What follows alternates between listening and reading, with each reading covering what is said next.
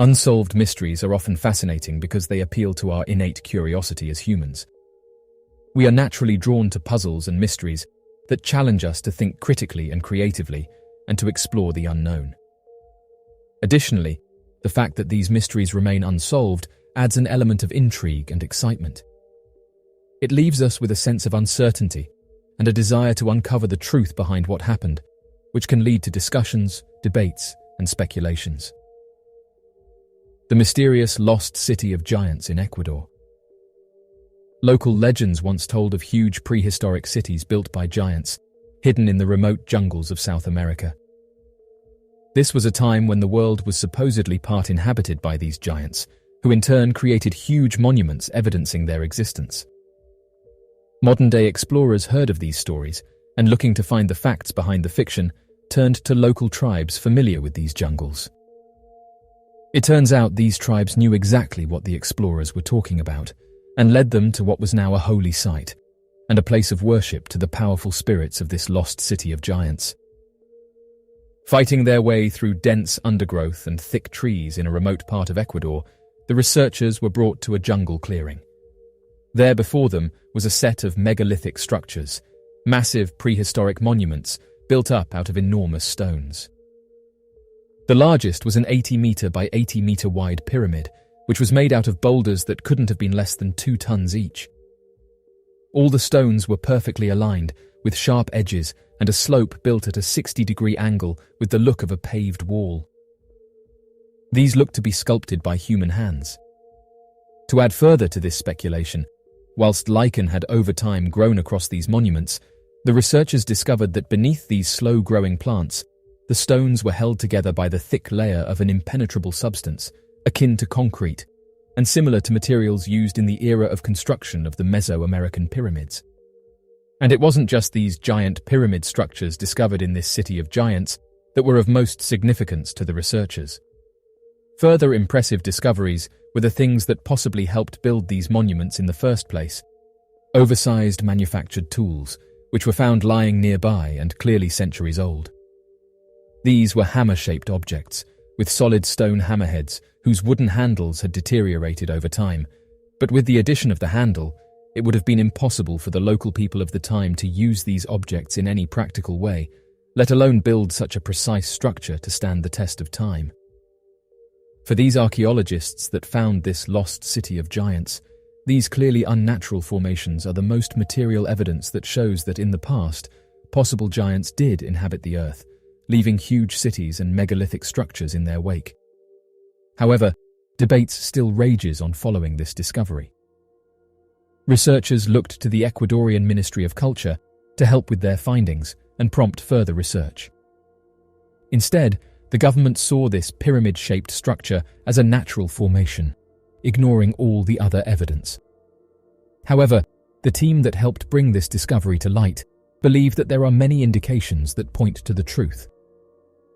The colossal boulders, the intricate construction, and oversized tools are all clear signs that this was not a natural formation, but a clear sign that in the distant past, large humans walked the earth, especially in this lost city of giants. Why hasn't the Cretan linear script been translated? The Cretan linear script has not been translated for a few reasons, the most important of which is that it is a still undeciphered writing system. While there have been numerous attempts to decode the script, none of these efforts have been successful to date. One of the main challenges in deciphering Linear A is that it is an isolated script, meaning that there are no other known examples of the language or writing system for comparison. This makes it difficult to identify key features of the script, such as word boundaries or common letter combinations, which are essential for understanding the language. Another challenge is that the surviving Linear A inscriptions are relatively short and often fragmented, which limits the amount of information that can be gleaned from them. Moreover, the context in which the inscriptions were created and used is not well understood, further complicating efforts to decipher the script. Despite these challenges, there are ongoing efforts by scholars to decipher the Linear A script, and new discoveries or breakthroughs may yet reveal the secrets of this ancient writing system. Linear A is a writing system that was used by the ancient Minoan civilization on the island of Crete between approximately 1800 and 1450 BCE. It is one of the oldest known writing systems in the world and is often considered a precursor to the later Linear B writing system used by the Mycenaean Greeks. Linear A consists of several hundred signs that were inscribed on clay tablets and other objects, and was used primarily for religious and administrative purposes. The script is written from left to right and features a combination of pictograms, ideograms, and phonetic signs. Despite the large number of Linear A inscriptions that have been discovered, the language represented by the script has yet to be deciphered, and its meaning remains largely unknown. Many of the signs used in the script have been identified and categorized, but their phonetic values and the grammar of the language they represent are still uncertain. Some scholars have suggested that the writing system may have been a precursor to the later Linear B script, which was used by the Mycenaean Greeks and has been deciphered as an early form of Greek. However, the relationship between the two writing systems remains a subject of ongoing debate and study.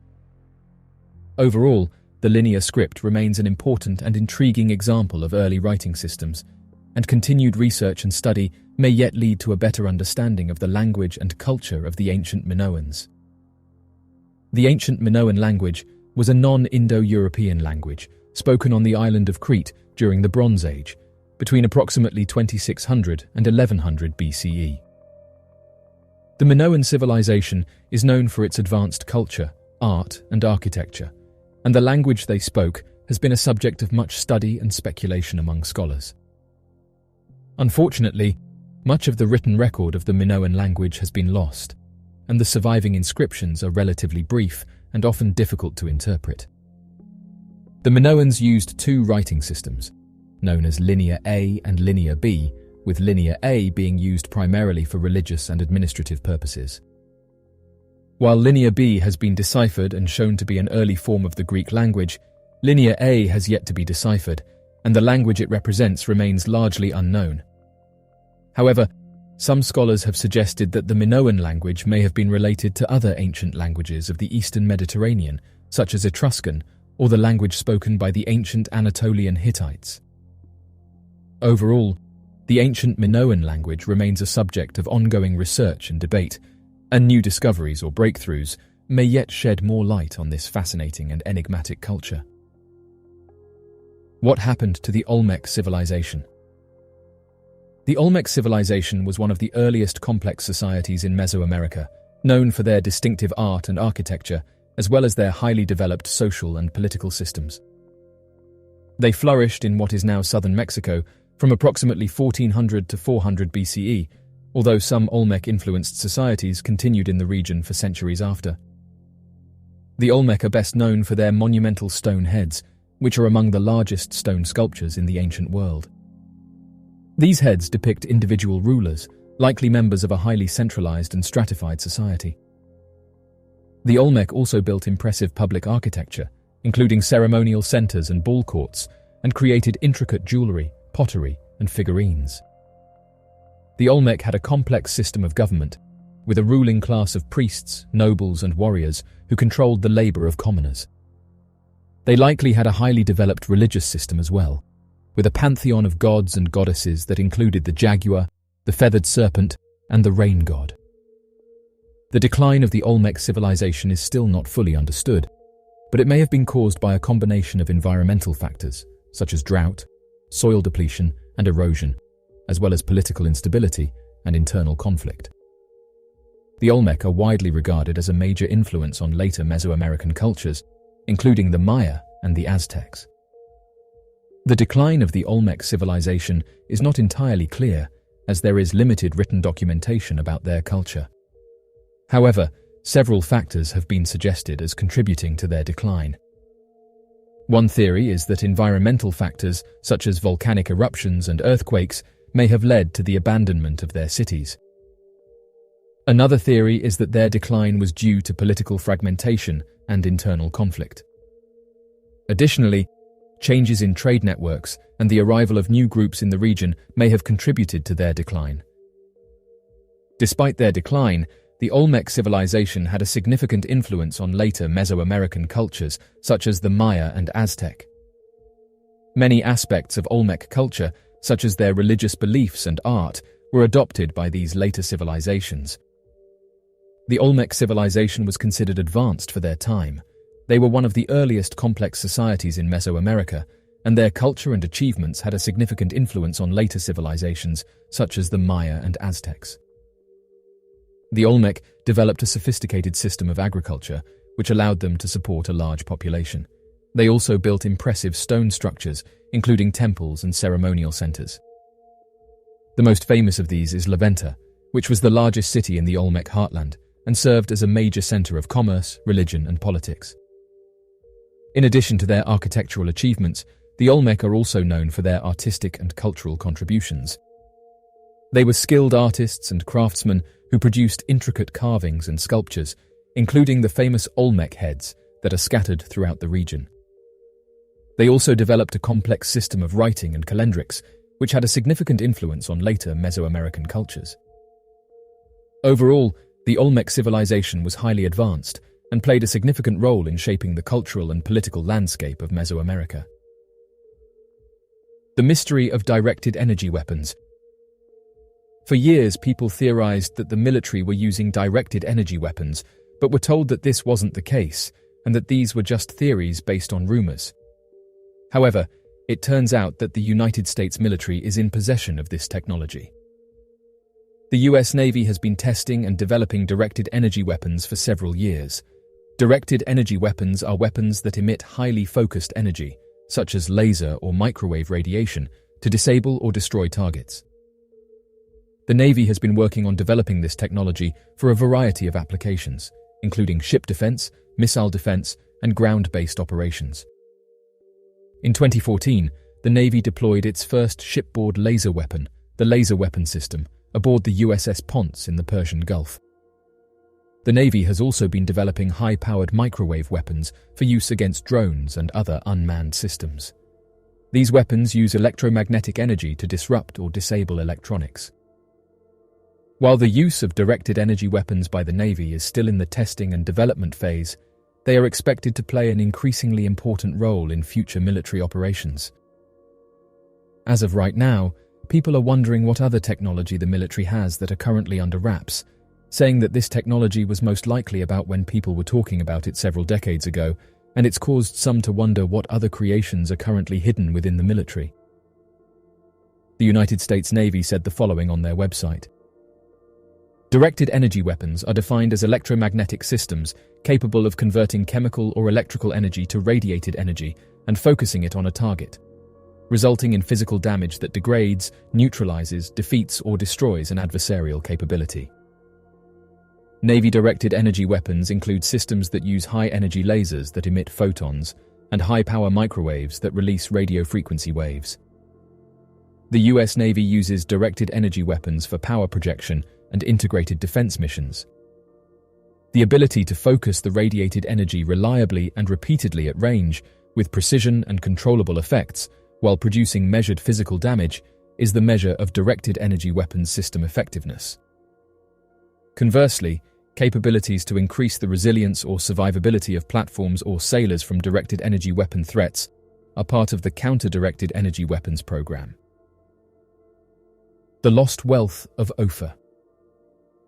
The Lost Wealth of Ophir is a reference to a biblical location which was said to be a source of great wealth, specifically gold, silver, precious stones, and other valuable resources. According to the Bible, Ophir was located somewhere in the ancient Near East, possibly on the Arabian Peninsula, and was visited by the biblical King Solomon and other ancient traders. The location of Ophir has been the subject of much debate and speculation over the years, with various theories suggesting it was located in modern-day Yemen, Ethiopia, or even India. Some historians believe that the biblical accounts of Ophir may have been based on actual ancient trade routes and expeditions, while others argue that the stories of Ophir were purely fictional or symbolic. King Solomon is one of the most famous characters of the Old Testament and was the third king of Israel. He was also one of the wealthiest people to ever exist during that period. He was well known as a savvy and knowledgeable leader that ruled the Middle East for nearly 4 decades. King Solomon collected an immense amount of gold during his reign, and was known for having 500 tons of it. He used his gold to create armor, clothing, plates, and a throne from the rare metal.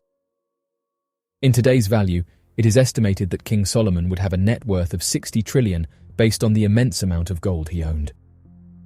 The gold was held in the cave of Ophir, but as of now, no one knows where that is. Unfortunately, the Bible often discusses the king's wealth, but never provides concrete details on where this cave can be found. Some experts claim that he collected this gold with the help of Phoenician King Hiram, who ruled Tyre, modern-day Lebanon. Therefore, the cave could be located in one of these regions. But these regents and their people were known to travel often, and the hidden cave of Ophir could be somewhere in Africa, Asia, or America.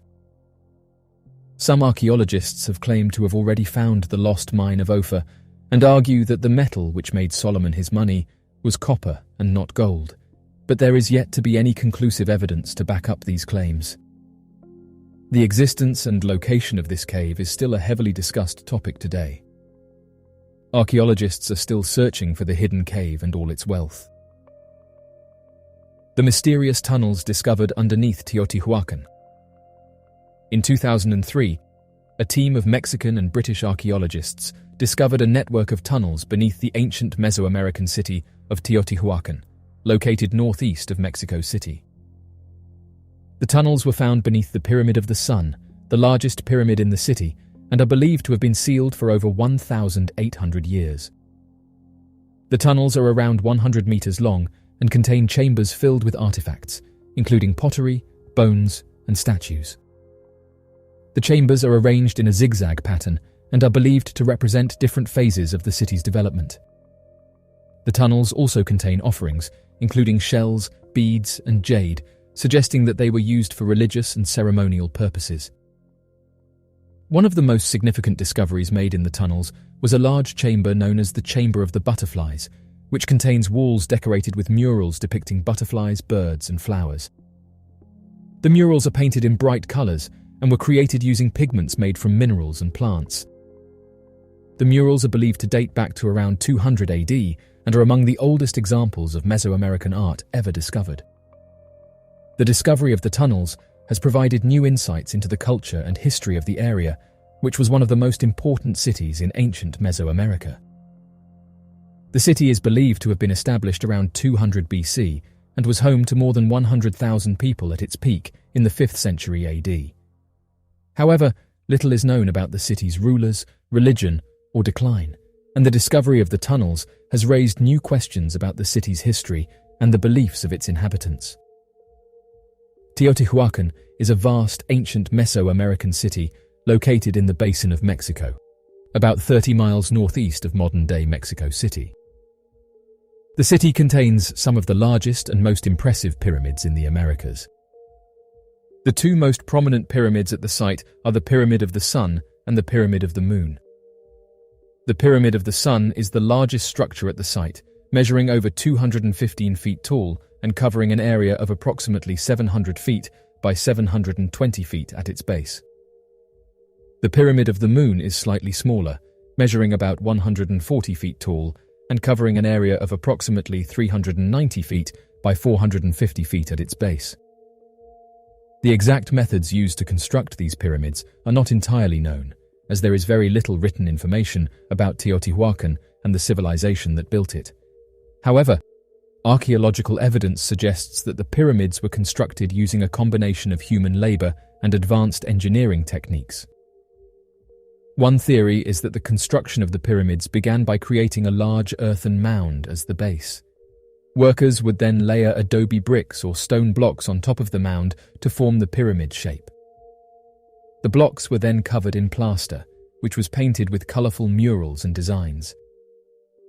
Another theory suggests that the pyramids were constructed using a technique known as talud tablero, which involves building sloping platforms with vertical walls on top of them. The taluds were constructed using layers of adobe bricks or stone blocks, while the tableros were built using smaller stones or adobe bricks. The alternating layers of larger and smaller stones helped to distribute the weight of the pyramid more evenly. Regardless of the exact construction method, it is clear that the construction of these pyramids was a massive undertaking that required a great deal of planning, organization, and resources. It is believed that the workers who built the pyramids were likely members of a highly organized labor force that was overseen by a centralized government or religious authority. One of the biggest mysteries of Teotihuacan is that no one knows what happened to the people living here. Archaeologists agree that the people of this area did mysteriously vanish. There are many theories as to why this happened, but there is no definitive answer. Some theories suggest that a massive drought may have forced the people to leave in search of water, while others suggest that they may have been overthrown or attacked by a neighboring civilization. Still, others suggest that the people may have simply migrated to other areas of Mexico and Central America. Despite many archaeological discoveries and ongoing research, the mystery of the disappearance of the people of Teotihuacan remains unsolved. The mystery of metallic spheres found buried deep beneath Teotihuacan. Oddly enough, there have been claims of the discovery of metallic spheres beneath an ancient pyramid in Mexico City. As of right now, there's still ongoing debates about what these spheres are and where they came from, but one archaeologist revealed that hundreds of these mysterious spheres had been found buried in a hidden chamber deep beneath the Temple of Feathered Serpent in Mexico. Archaeologists from the Mexico National Institute of Anthropology and History were some of the first people to come forward about the discovery and admitted that they have no idea what the spheres are for. As of right now, the researchers involved in the study have said that it's important that they follow rigorous scientific methods and protocols to investigate and document these mysterious artifacts. The mystery of Spring-Heeled Jack. Spring-Heeled Jack is a legendary figure from 19th century England who is said to have terrorized people in London and its surrounding areas during the Victorian era. The origins of Spring-Heeled Jack's name are derived from his supposed ability to leap great distances in a single bound. There are many different accounts of Spring-Heeled Jack's appearance, but most descriptions suggest that he was a tall, thin man with a frightening, devilish appearance. He was said to have glowing red eyes and sharp, pointed features, along with long, bony fingers and claws. Some accounts describe him as having a cape or wings that allowed him to fly or glide through the air, while others suggest that he wore a black suit. Spring-Heeled Jack was said to have a number of supernatural abilities, such as the ability to breathe fire, shoot lightning bolts from his fingertips, and emit a blinding blue flame. He was also said to be incredibly strong and agile, able to leap over tall buildings and run at great speeds. According to legend, Spring-Heeled Jack first appeared in London in 1837, when he was reported to have attacked a woman named Mary Stevens. Over the years, there were numerous reports of Spring-Heeled Jack attacking people on dark, foggy streets or in their own homes. He was said to have a particular fondness for frightening women and was rumoured to have been responsible for a number of mysterious passings and disappearances. Despite numerous sightings and reports, Spring-Heeled Jack was never caught or identified. Some people believe that he was a real person who used elaborate disguises and special effects to create his supernatural abilities, while others believe that he was a creature of the supernatural realm. In modern times, Spring-Heeled Jack's origins and true identity remains shrouded in mystery, making him one of the most enduring and enigmatic figures in British folklore. The mysterious balancing rocks in Zimbabwe. The Kiremba Balancing Rocks are a natural geological formation located in Epworth, a suburb of Harare, the capital city of Zimbabwe. The rocks are made of dolerite, a type of volcanic rock, and are believed to have been formed by the erosion of softer rock layers that once surrounded them. What makes the Kiremba Balancing Rocks unique is their unusual balancing formation. The rocks appear to be precariously balanced on top of each other, with some of the larger rocks weighing up to several tons. The balancing formation of the rocks has been attributed to the erosive forces of wind and water over millions of years. The Kiremba Balancing Rocks have become a popular tourist attraction in Zimbabwe and are also considered a sacred site by some of the local indigenous people, who believe that the rocks have spiritual significance. The site has also been designated as a national monument by the Zimbabwean government in recognition of its geological and cultural importance. The mystery of the Octavius. The story of the Octavius is a maritime legend that tells of a ghost ship discovered adrift in the Arctic Ocean in the early 19th century. The Octavius was a British trading vessel that set sail from England to the Orient in 1761. After successfully completing its trade mission, the ship was supposed to sail back to England via the Cape of Good Hope in South Africa. However, it was believed that the captain of the Octavius, together with his crew, tried to take a shortcut through the Northwest Passage to save time and money. The Northwest Passage was a treacherous route that many sailors had attempted to navigate, but few had successfully completed. The Octavius was lost and never heard from again until 1775, when a whaling ship called the Herald discovered a ship that was completely frozen in the ice near Greenland. Upon closer inspection, the crew of the Herald realized that the ship was the Octavius, and that it had been adrift in the Arctic for over a decade. What was particularly eerie about the discovery of the Octavius was that the ship's captain, crew, and passengers were all found dead and frozen in time, as if they had passed away suddenly and without warning.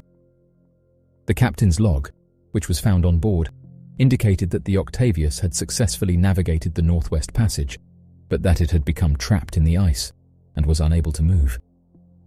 It was believed that the ship's crew had died from exposure and starvation, and that they had all succumbed to their fate in a very short amount of time. The discovery of the Octavius has become a popular maritime legend, with many people claiming to have seen the ghost ship sailing through the waters of the Arctic. The mystery of Joseph Woods, Jr. On the 8th of July, back in 1999, a 34-year-old man by the name of Joseph Woods, Jr. would suddenly go missing shortly before his expected attendance at a prestigious meeting amongst journalists from across the United States. Initially, co-workers grew suspicious at his absence, believing instead that he had decided to take an unscheduled day off. But as investigators looked more closely at the case of Joseph Woods, Jr., it would soon become apparent that something far more peculiar had occurred. While taking a short hike up the slopes of Mount Rainier, Joseph would seemingly vanish from a standard hiking trail, with eyewitnesses claiming to have seen him only a few minutes prior to his strange disappearance. According to the official missing persons report, Joseph worked as an editor for the book publishing company The New Press while he lived in New York City, where he grew up. After having graduated from Yale University with honors and receiving a bachelor's degree in journalism, Joseph was interested in pursuing a more journalistic career, and so would join the prestigious New York paper known as The Village Voice, where he would publish weekly articles on a variety of political and social topics.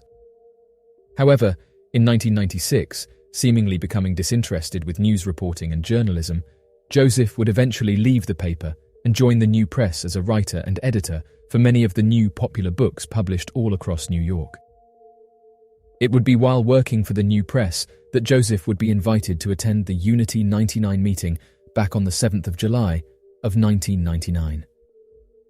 The next day, after attending the conference breakfast and renting a Mercury Marquis automobile for travel, Joseph would journey to the Mount Rainier National Park and arrive sometime in the early afternoon.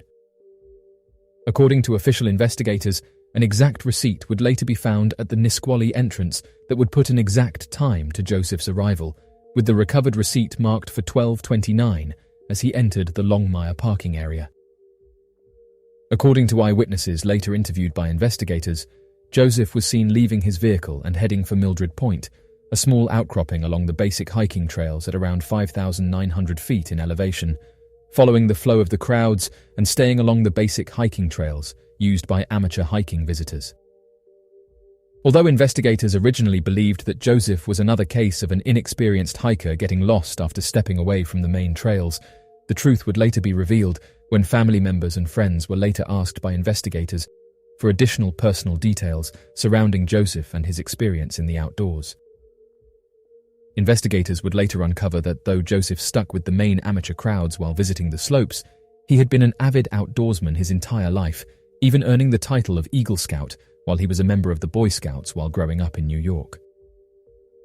Additionally, the trail that Joseph had taken was a simple, wide trail that had clear pathways, making it impossible for someone to get injured or lost, even if they were an inexperienced traveler. Even more strange, Joseph did not make or have any plans to engage in any risky activity whatsoever, and should have made it back to his vehicle in less than a couple hours. The last known eyewitness to Joseph's whereabouts was another visiting hiker in the area known as Bruce Gaumond.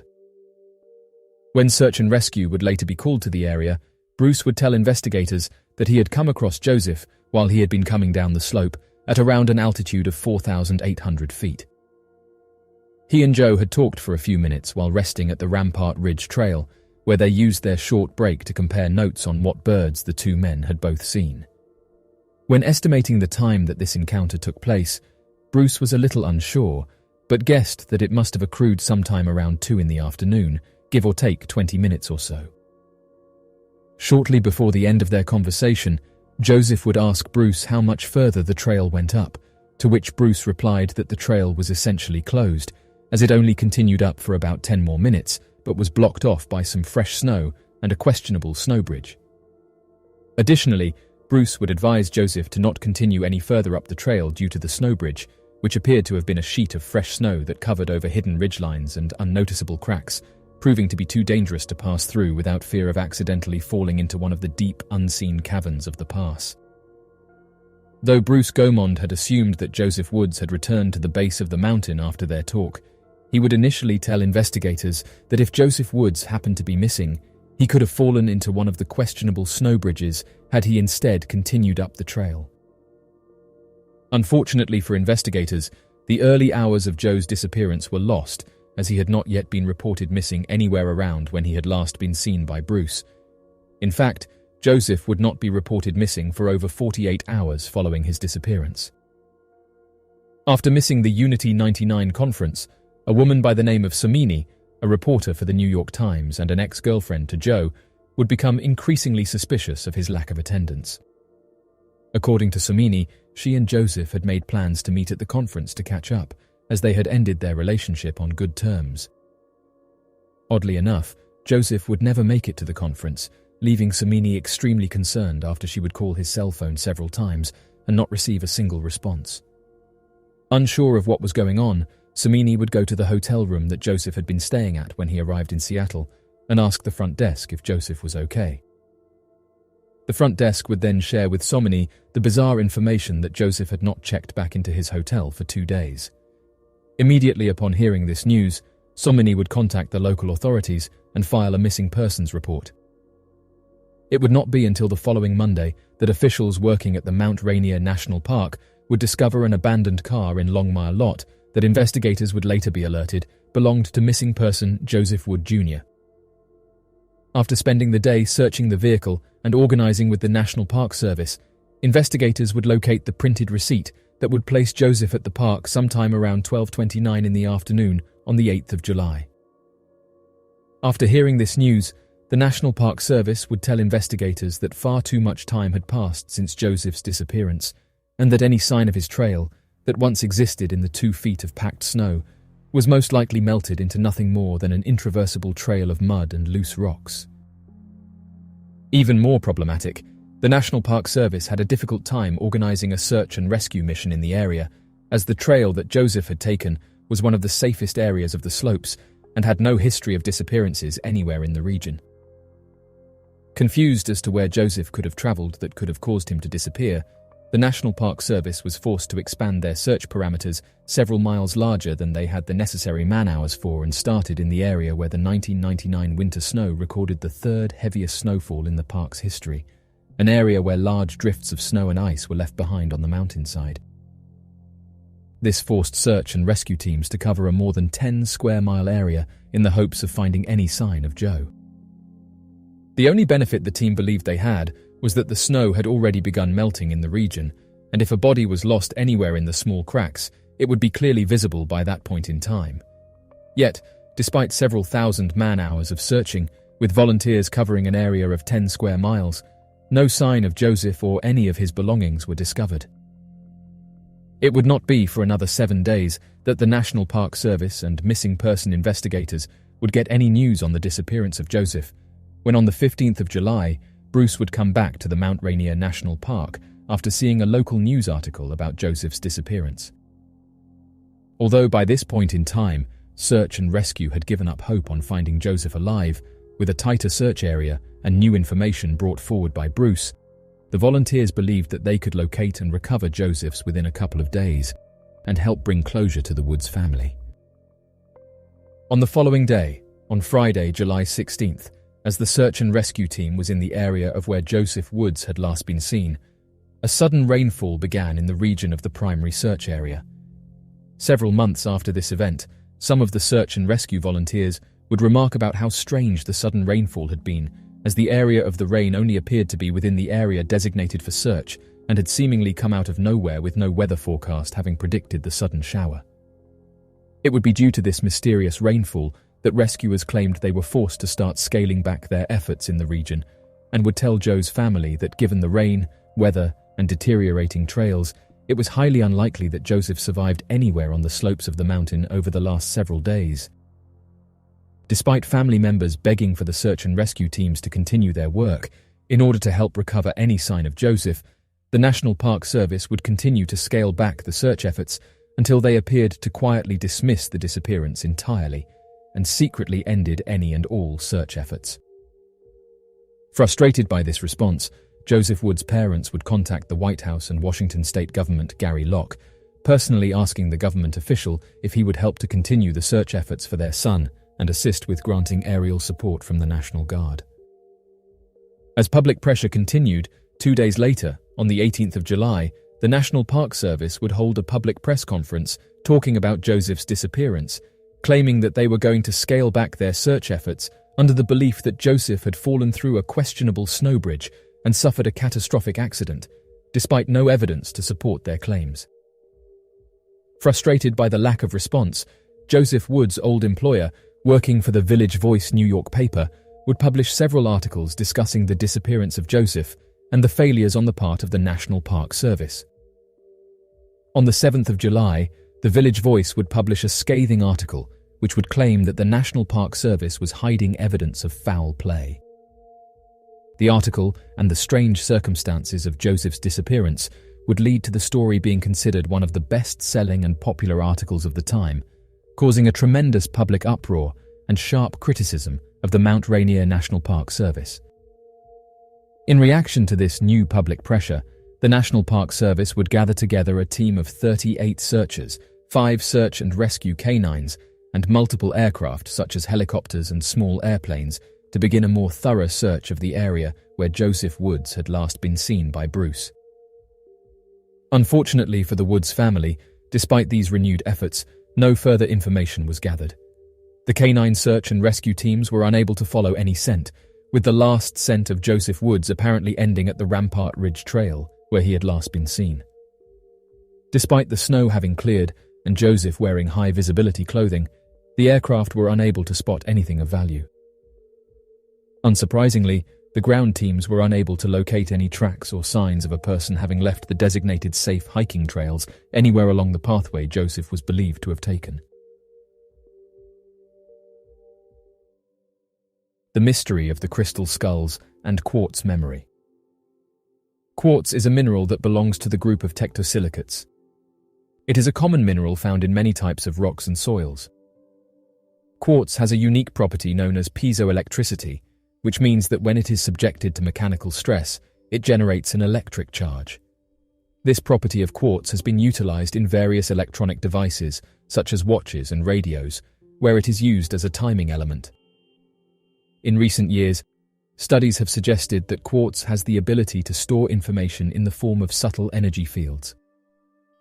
Just recently, researchers announced that a quartz coin can hold 360 terabytes of data for billions of years. To put this into perspective, 1 terabyte can hold approximately 250 to 350,000 photos, or 7 million document pages. The researchers claim that data can be encoded as patterns of tiny dots etched into the surface of the quartz using a femtosecond laser. These dots are created by the laser changing the material structure of the quartz at a microscopic level, and each dot represents a bit of data. Since quartz is an incredibly hard and durable material, it can theoretically survive for billions of years, making it a potential long-term storage solution. This brings us on to the mysterious crystal skulls, which some have said that if they're genuine, they could have been used as devices that stored ancient data, and that if we could work out a way to read these stones, then we could uncover the secrets of the past. The alleged pre-Columbian sculptures made of transparent or white quartz are known as crystal skulls, which are believed to possess spiritual and mystical powers. These skulls are preserved in various museums and private collections globally. Archaeologists have encountered challenges while documenting these skulls and suggested that these are possibly from the Mayan or Aztec civilizations. Some individuals have posited that the origins of the Mitchell-Hedges skull may have ancient roots, potentially predating even the Mesoamerican period. Proponents of the paranormal have suggested that advanced beings hailing from Atlantis may have transported the skull to its current location and have attributed alleged healing and clairvoyant abilities to the mysterious objects. However, some of the well-known skulls, including those housed by the British Museum, exhibit stylistic features consistent with the use of modern crystal carving tools, casting doubt on their supposed Mesoamerican origins. There exist several small crystal skulls, but it's the larger ones that are most popular, and some of them are nearly identical to the human head. One of the most well-known of these is the Mitchell-Hedges skull, which was found by Anna Mitchell-Hedges in 1924 during her exploration of a ruined Mayan temple. Anna Mitchell-Hedges would report that her skull had mysterious abilities and that it could be used to control people. Allegedly, the skull was brought to Earth, where it then remained in Atlantis. The lost city of Atlantis is a mythical city that is said to have existed in the ancient world and was first described by the ancient Greek philosopher Plato. According to Plato's account, Atlantis was a highly advanced and wealthy city that was located somewhere beyond the Pillars of Hercules, generally believed to be the modern-day Strait of Gibraltar. Plato described Atlantis as being roughly the size of Asia and Libya combined, and that it was populated by highly advanced and sophisticated people who possessed advanced technology and lived in harmony with nature. However, he also noted that the Atlanteans became corrupt and hubristic, and that their civilization eventually fell into a state of decline and was destroyed in a catastrophic event. Despite many efforts to locate the lost city of Atlantis, no definitive evidence of its existence has ever been found. Some historians and archaeologists believe that the story of Atlantis was purely fictional, and that Plato invented the city as a way of illustrating his philosophical ideas. However, others believe that the story may have been based on real historical events, and that the city may have been lost to some natural disaster, such as an earthquake or a volcanic eruption. Anna claimed that those who lived in Atlantis protected the skull, and has claimed that the skull allowed her to see into the future. The Mitchell-Hedges website also states that the skull can cause zero gravity in certain environments. As of right now, historians have said that the skull doesn't possess any special abilities and states that it was most likely created in the modern day. The mysterious Quimbaya airplanes. The Quimbaya were an indigenous civilization that lived in what is now the central region of modern-day Colombia, South America, between the 1st century BC and the 16th century AD.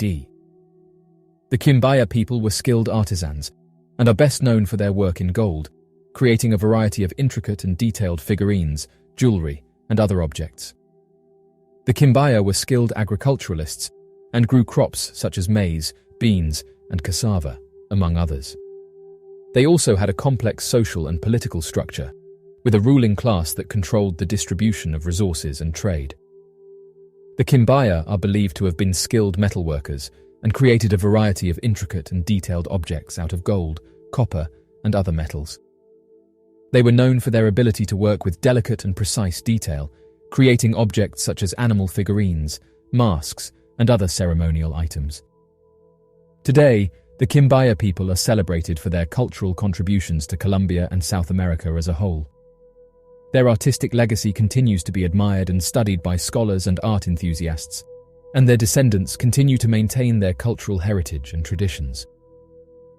Seen on many popular television shows, the Quimbaya airplanes have been a massive symbol used by theorists who argue that not only was advanced technologies available during ancient times, but that findings of these old technologies can be replicated today as both evidence and definitive proof of advanced ancient civilizations. The Quimbaya airplanes are a collection of several dozen golden objects, apart from the Quimbaya artifacts found in Colombia. The artifacts were created by the Quimbaya civilization, dated around 1000 BCE, and feature intricate designs that look suspiciously like airplanes. The artifact shows a clear vertical rudder, back wing flaps, a cockpit, cigar-like body, and depictions of winds traveling over the wings, similarly seen in aerodynamics testings of the airfoil of aerodynamics, and the wind traveling over the wings of a modern airplane. Due to its out-of-place nature, many archaeologists disregarded the find as nothing more than a symbolic object capable of being a depiction of flight. However, in 1994, Peter Belting and Konrad Lubbers, two German engineers, created simplified radio-controlled scale models of these objects, and demonstrated that not only could their models fly, but generated an efficient amount of lift to be seen as an aircraft more advanced than the first planes invented back during the early 1900s. The mystery airships reported throughout the 1800s. Almost a decade before the Wright brothers' first flight, numerous sightings of strange cigar-shaped objects were spotted across the United States. Starting in the early 1800s and continuing to 1897, these mystery airships were bigger and faster than anything else known at that time. One interesting sighting was reported in the winter of 1896. A light was seen slowly moving through the Sacramento night sky on November 17th, with otherworldly sounds being heard as it passed overhead. The mystery light reappeared on the evening of November the 21st, and then subsequently seen over more than half a dozen cities, including San Francisco and Oakland, and viewed by hundreds of witnesses. Not long after, more unidentified airships would be seen. On the outskirts of Springfield, Missouri, one was seen having crash-landed to the ground. It was 20 feet in length, 8 feet in diameter, and propelled by 3 giant propellers. An on-the-spot witness approached the ship and came across its 2 pilots. However, they looked human, but their language was nothing of this world. They attempted with difficulty to communicate, trying to ascertain the pilot's origins. Eventually, they both pointed upwards and apparently uttered something that sounded like the word Mars, before quickly returning to their airship and launching high into the sky, leaving witnesses completely mystified below. Oddly enough, in April of 1897, a mystery airship was observed hovering over a farmer's cattle pen. Upon closer examination, onlookers realized that a cable from the airship had roped up a cow, but was struggling to break free, having become entangled in the pen's fence. The group unsuccessfully tried to free the cow, but the fence itself was torn out of the ground, leaving the ship, cow, and part of the fence all rising slowly into the air and sailing off into the sky. Interestingly enough, the airships weren't just after livestock, they tried to take people as well. It was November 19th, 1896, 2 days after the first mystery airship sighting over Sacramento, that a United States colonel by the name of H.G. Shaw came across what appeared to be a landed airship. Shaw described it as having pointed ends and a silver exterior without any features aside from a rudder for steering. The ship was around 150 feet end-to-end, 25 foot in diameter.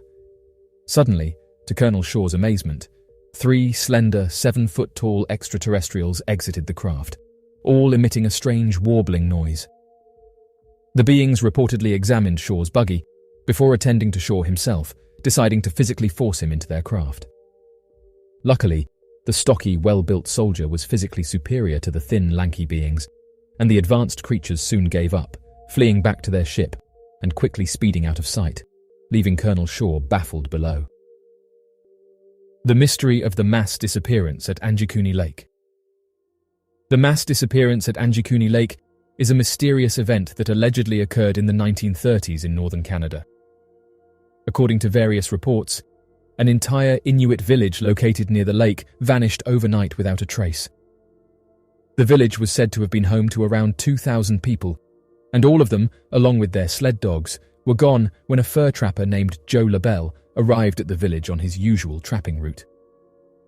LaBelle reported that there were signs of a struggle in the village, but there were no human remains or footprints leading away from the site.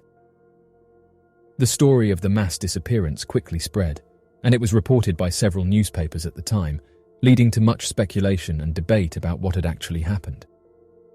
Despite the widespread attention the story received, there is little concrete evidence to support it. Some skeptics argue that the story may have been a hoax or a piece of fiction that was simply passed around by word of mouth. Others believe that the story may have been based on a real event, but that it was exaggerated over time. Overall, the mass disappearance at Anjakuni Lake remains a mystery, and there is no conclusive evidence to support the claims that have been made about it. It has become a popular topic of discussion among theorists and paranormal enthusiasts, but as of right now, many questions still remain. The Saqqara bird. It was very common in the old days of Egypt for children to possess intricately carved wooden toys not much different to toys found today. Interestingly enough, the discovery of the Saqqara artifact puts many ideas into question on whether or not the object was a toy or evidence of ancient aircraft during 200 BCE. In an 1898 excavation located in the town of Saqqara, Egypt, there was an artifact that looked to be in the shape of a bird, which were noted as being incredibly well preserved. These artifacts depict a bird first at the front, while the rest of the body seems similar in design to a modern-day charter plane rather than a bird. Located atop the bird appears to be one single large wing, commonly seen in modern tail-dragger planes, whereas the back of the bird shows what appears to be a similar design to a rudder that flattens out at the back in a vertical position.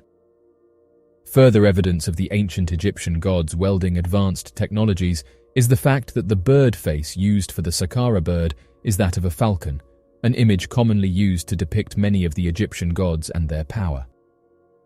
Further evidence was established when aerodynamics expert Simon Sanderson tested an exact replica model of the carved bird in a modern wind tunnel.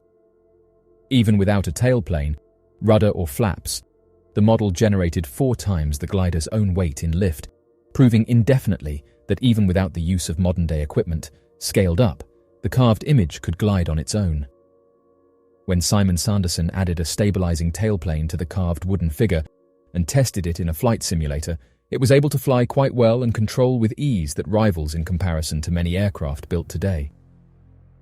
In his paper, Simon said the following: "Modern technology has proved beyond all doubt that it could have flown." End quote. Despite this substantial evidence and research, many experts claim Simon Sanderson as forging results, or even go as far as claiming that perhaps the wooden bird is nothing more than an elaborate hoax placed there during its discovery. The Flying Dutchman. The Flying Dutchman is a legendary ghost ship that is said to roam the seas around the Cape of Good Hope, a rocky headland on the Atlantic coast of South Africa. According to legend, the Flying Dutchman was captained by a man named Vanderdecken, who had made a pact with the devil to sail around the Cape of Good Hope, even in the face of stormy weather. The ship was said to be cursed, and sightings of the Flying Dutchman were considered a bad omen by sailors, as they were believed to be a sign of impending disaster. The origin of the Flying Dutchman legend is uncertain, but there have been many reported sightings of the ghost ship over the centuries, dating back to the 17th century. Some of these sightings have been attributed to optical illusions, such as the mirage effect caused by the reflection of the sun on the sea, while others may have been caused by natural phenomena such as St. Elmo's fire, a luminous electrical discharge that sometimes appears during thunderstorms at sea. Although the legend of the Flying Dutchman has inspired many works of art and literature, there's many who state that they've seen the ship and describe it as being a menacing ghost ship that preys on unsuspecting sailors. Reports of the mysterious ghost ship are still being reported in the modern day, and although skeptics have said that there's little to no proof that the ship exists, many sailors believe their eyes and state that they've seen the ghost ship during bad weather. Over 250,000 individuals are reported missing every year, with estimates of actual missing persons cases that are left unreported, pushing that total to more than an expected 300,000 cases annually. With that many reports, it is no wonder that a vast majority of these cases are left unsolved.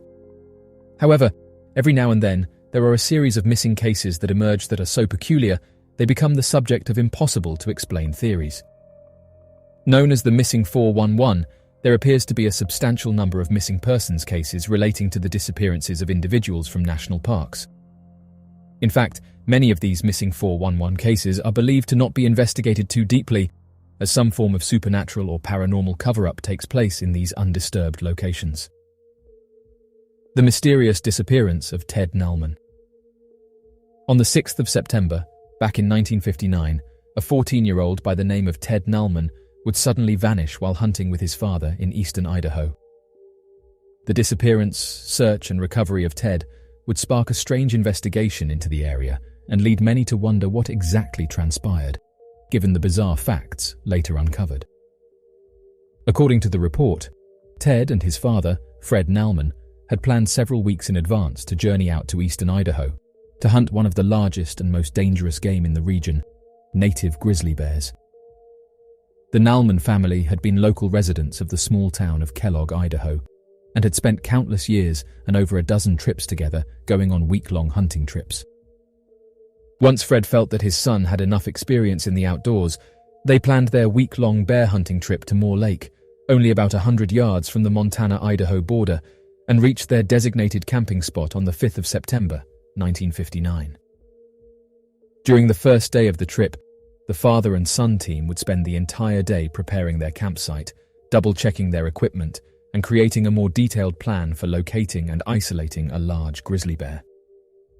That night, the two would go to sleep early in their tent to get ready for the hunt on the following morning. That next morning, as the two had finished all necessary preparations and gone over their strategies several times, Fred Nallman and Ted Nallman would journey deeper into the Montana border and attempt to split up only a few yards from each other to maintain a reasonable closeness, but without being too close for a larger animal to pick up their combined scent. However, after a few hours, it became apparent to Fred that he had not seen a sign of his son Ted for quite a long while. Worried that something may have happened, Fred would wander to where Ted should have been located and would call out his name several times in the hopes of finding him.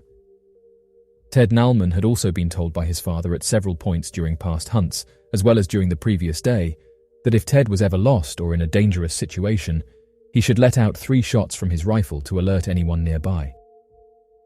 Despite this training, Fred Nallman claimed that he never heard about warning shots from Ted Nallman and started to worry that perhaps Ted had ventured too far on his own. Shortly after failing to find any sign of Ted, Fred Nallman would return to their original campsite and wait a few hours for Ted to arrive back. Unfortunately, at the end of the hunting day, Ted failed to return. Only a few hours before nightfall, Fred would contact the local sheriff's department and Forest Service employees to help begin a detailed search for his son. Within the hour, teams of law enforcement officers and Forest Service employees would be in the area searching for Ted and organizing a massive search and rescue operation. According to newspaper reports from the area, the search and rescue operations for Ted Nallman was one of the largest operations ever held for eastern Idaho. During the first night of the search, the sheriff's department was able to enlist the help of a local helicopter pilot who assisted in covering nearby ridges, mountains, and open meadows within a 20-mile radius of where Ted Nallman had last been seen by his father. However, oddly enough, by that next morning, a sudden thunderstorm, followed shortly by a snowstorm, would soon cover the area. Despite weather forecasts believing that the skies should have been clear for another month, a sudden cold front in the area would cause the entire region to first be covered in a terrible thunderstorm, followed by a short blizzard only a day into the search. After 2 days of searching for Ted Nallman, on Tuesday, September 8th, search and rescue workers would be approached by a local fisherman by the name of Don Pierce, who claimed to have seen Ted during the previous day while he had been fishing, shortly before the storm had covered the area. According to Don Pierce, on Monday afternoon, the man claimed to have been approached by a young boy dressed in a hunter's outfit, who asked him which direction the road was in and how close they were to the road. Don Pierce would later tell news reporters that Ted did not appear to be distraught in any way, but would later claim that he appeared to have been confused and slightly uncomfortable. Don Pierce would then tell Ted that the road was only a little over a mile from where they were at and pointed in the direction of the closest road. Without saying anything else, Ted Nallman would quietly walk in the direction that Don Pierce had pointed to and would disappear once again. Oddly enough, the location where Don Pierce had been fishing was less than a mile from the Nallman campsite, and it seemed increasingly strange that the boy had not yet been found, as the region had been searched several times in a 3-mile radius. Using the fishing location as the last known area of where Ted Nallman had been seen, search and rescue volunteers would begin once more and start a new search grid expanding out from the fishing location. After another 2 days of searching in the area, on the 10th of September, search and rescue teams would find Ted Nallman face down on a nearby ridgeline buried in snow. According to investigators, Ted had passed away shortly after his encounter with Don Pierce, as he was found less than a quarter-mile away from the nearby road and less than 3/4 of a mile from where the father and son had been camping. Search and rescue volunteers were greatly disturbed by the discovery, as the area where Ted Nallman had been found had supposedly been searched several times by different groups of volunteers over the past 4 days of the search. Even more peculiar, the position of Ted was remarked as having been completely face down into the snow, as if he had suddenly fallen unconscious while walking or had been deliberately placed into the ridgeline. Ted Nallman's shoes and rifle were also missing from the area and had not been recovered anywhere nearby during the search efforts, leaving many investigators wondering exactly what had happened to him. Believing that the placement of Ted and the missing items were evidence of foul play, investigators would begin to pursue alternative motives and immediately sent off for an in-depth autopsy to uncover any additional details surrounding his disappearance and subsequent passing. After several days of further investigations, the autopsy report would eventually be made public, with the local county coroner's office declaring that there had been no signs of foul play. Despite this finding, the coroner would find it difficult to announce what the direct cause of passing was for Ted Nallman, as the autopsy report would find little supporting evidence of Ted passing away from exposure. Inconsistent with exposure, researchers revealed that the organs did not appear to show any signs of damage or frostbite. According to the autopsy reports, it appeared that Ted Nallman had passed away from sudden and intense cardiac arrest, and so the final ruling on a cause of Ted's passing was claimed to have been due to exposure from the elements, though certainty on the matter is not well known. Regardless of the cause, investigators were puzzled by Ted Nallman's sudden passing, as he had ventured less than a mile from where he had last been seen. Don Pierce would also tell investigators that the boy had not appeared to have been in any kind of distress, making it highly unlikely that Ted Nallman had passed away while walking less than a mile from the area and losing his rifle and shoes during that time. The mystery of Larry Lewis. On the 9th of June, back in 1940, a 5-year-old by the name of Larry Lewis would be reported missing only a few minutes after he had just finished talking with his father and walked back to a nearby campsite less than a few dozen yards away. Even more peculiar, several facts surrounding the Lewis case would prove difficult to understand for investigators who feared that Larry's disappearance showed signs of an unexplainable abduction, one that would take Larry Lewis several miles up steep elevation in difficult-to-traverse terrain. According to the report, on the morning of June 9th, Mr. Harold Lewis and his wife would take their 4 children on a short daytime camping trip to the Sherman Campground, located in Calaveras County, California. Living nearby, in the small town of Lodi, California, the Lewis family was more than adequately experienced in the outdoors, with the father and mother often enjoying weekend camping trips and daytime excursions throughout Calaveras County. Additionally, the family decided to revisit an area that they had grown quite familiar with, known as the South Fork Mokelumne River. However, despite their experience, it would not be long before tragedy would strike. Mr. and Mrs. Lewis would bring their family to an open area where they began to prepare a small campsite. After organizing their fishing equipment, the parents planned on showing the family how to catch the native trout that swam through the nearby river in vast amounts during the summer months, bringing all 4 of them a few dozen yards away from their campsite, upstream towards the banks of the Mokelumne River. Investigators would estimate in their missing persons timeline that the family had reached the riverbanks at around 10 in the morning.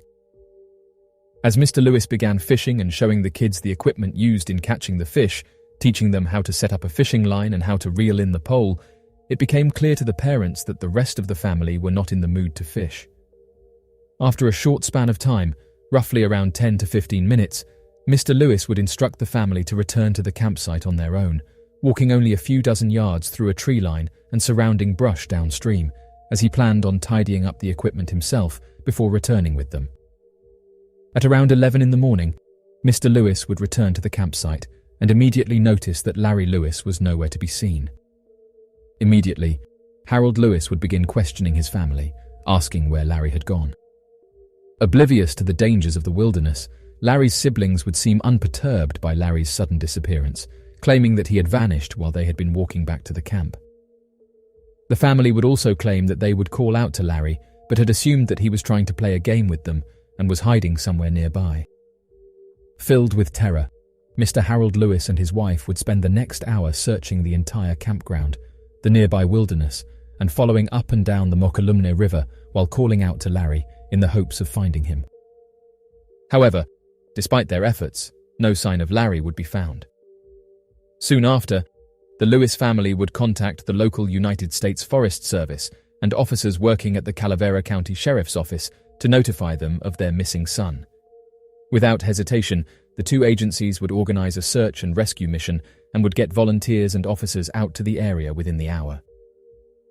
By the mid-afternoon, search and rescue teams would number more than 100 volunteers as hikers, campers, nearby residents, sheriff officers, United States forest agents, park rangers and city police would join the search efforts to help recover Larry Lewis, organized by Sheriff Joe Zwinge.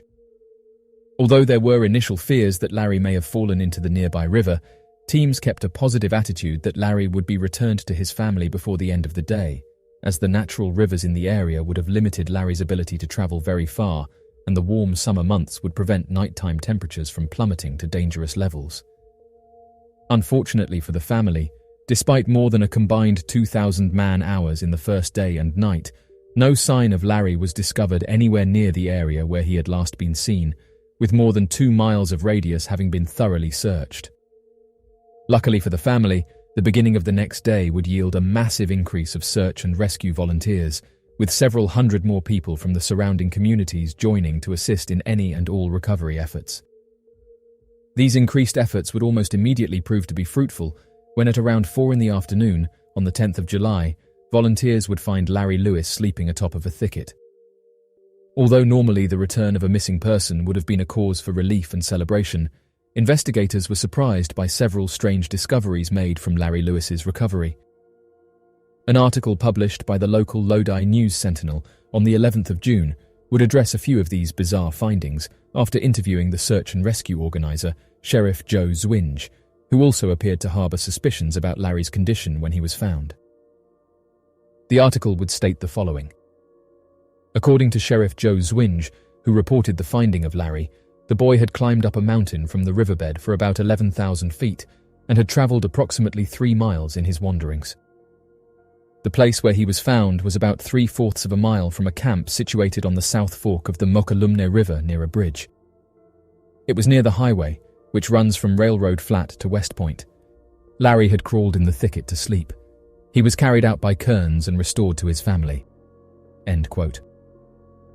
Although the article would only publish the facts, investigators were deeply concerned that the distance Larry had traveled, despite being only 5 at the time, seemed counterintuitive to what volunteers had expected him to have done. Rather than follow the rivers or travel downhill, taking easier routes, Larry appeared to have walked more than 2 miles vertically up one of the steepest mountains in the area, passing over several natural rivers and waterfalls to reach a height of 11,000 feet, an elevation where the considerable effects of atmospheric thinning would have been noticeable. At around 11,000 feet, oxygen saturation would have dropped to about 90%, a range that would be difficult to maintain for a healthy adult. The idea that someone as young as Larry would have traveled uphill over several flooding rivers through dense brush for more than 3 miles seemed difficult to comprehend.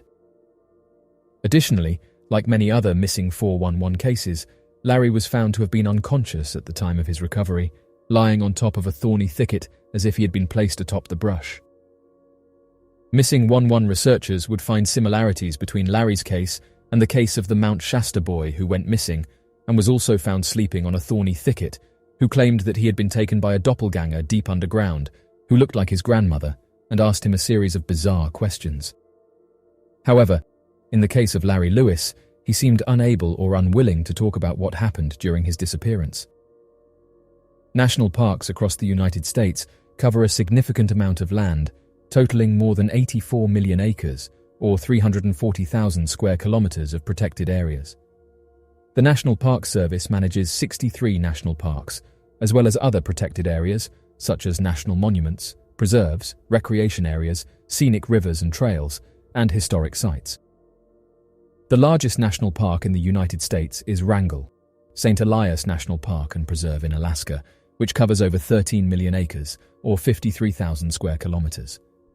The smallest national park is Hot Springs National Park in Arkansas, which covers just over 5,500 acres, or 22 square kilometers. Unsolved mysteries have always intrigued people because they represent the unknown and the unexplained, which can be both fascinating and unsettling. Humans are naturally curious creatures, and we are always looking for answers to the questions that intrigue us.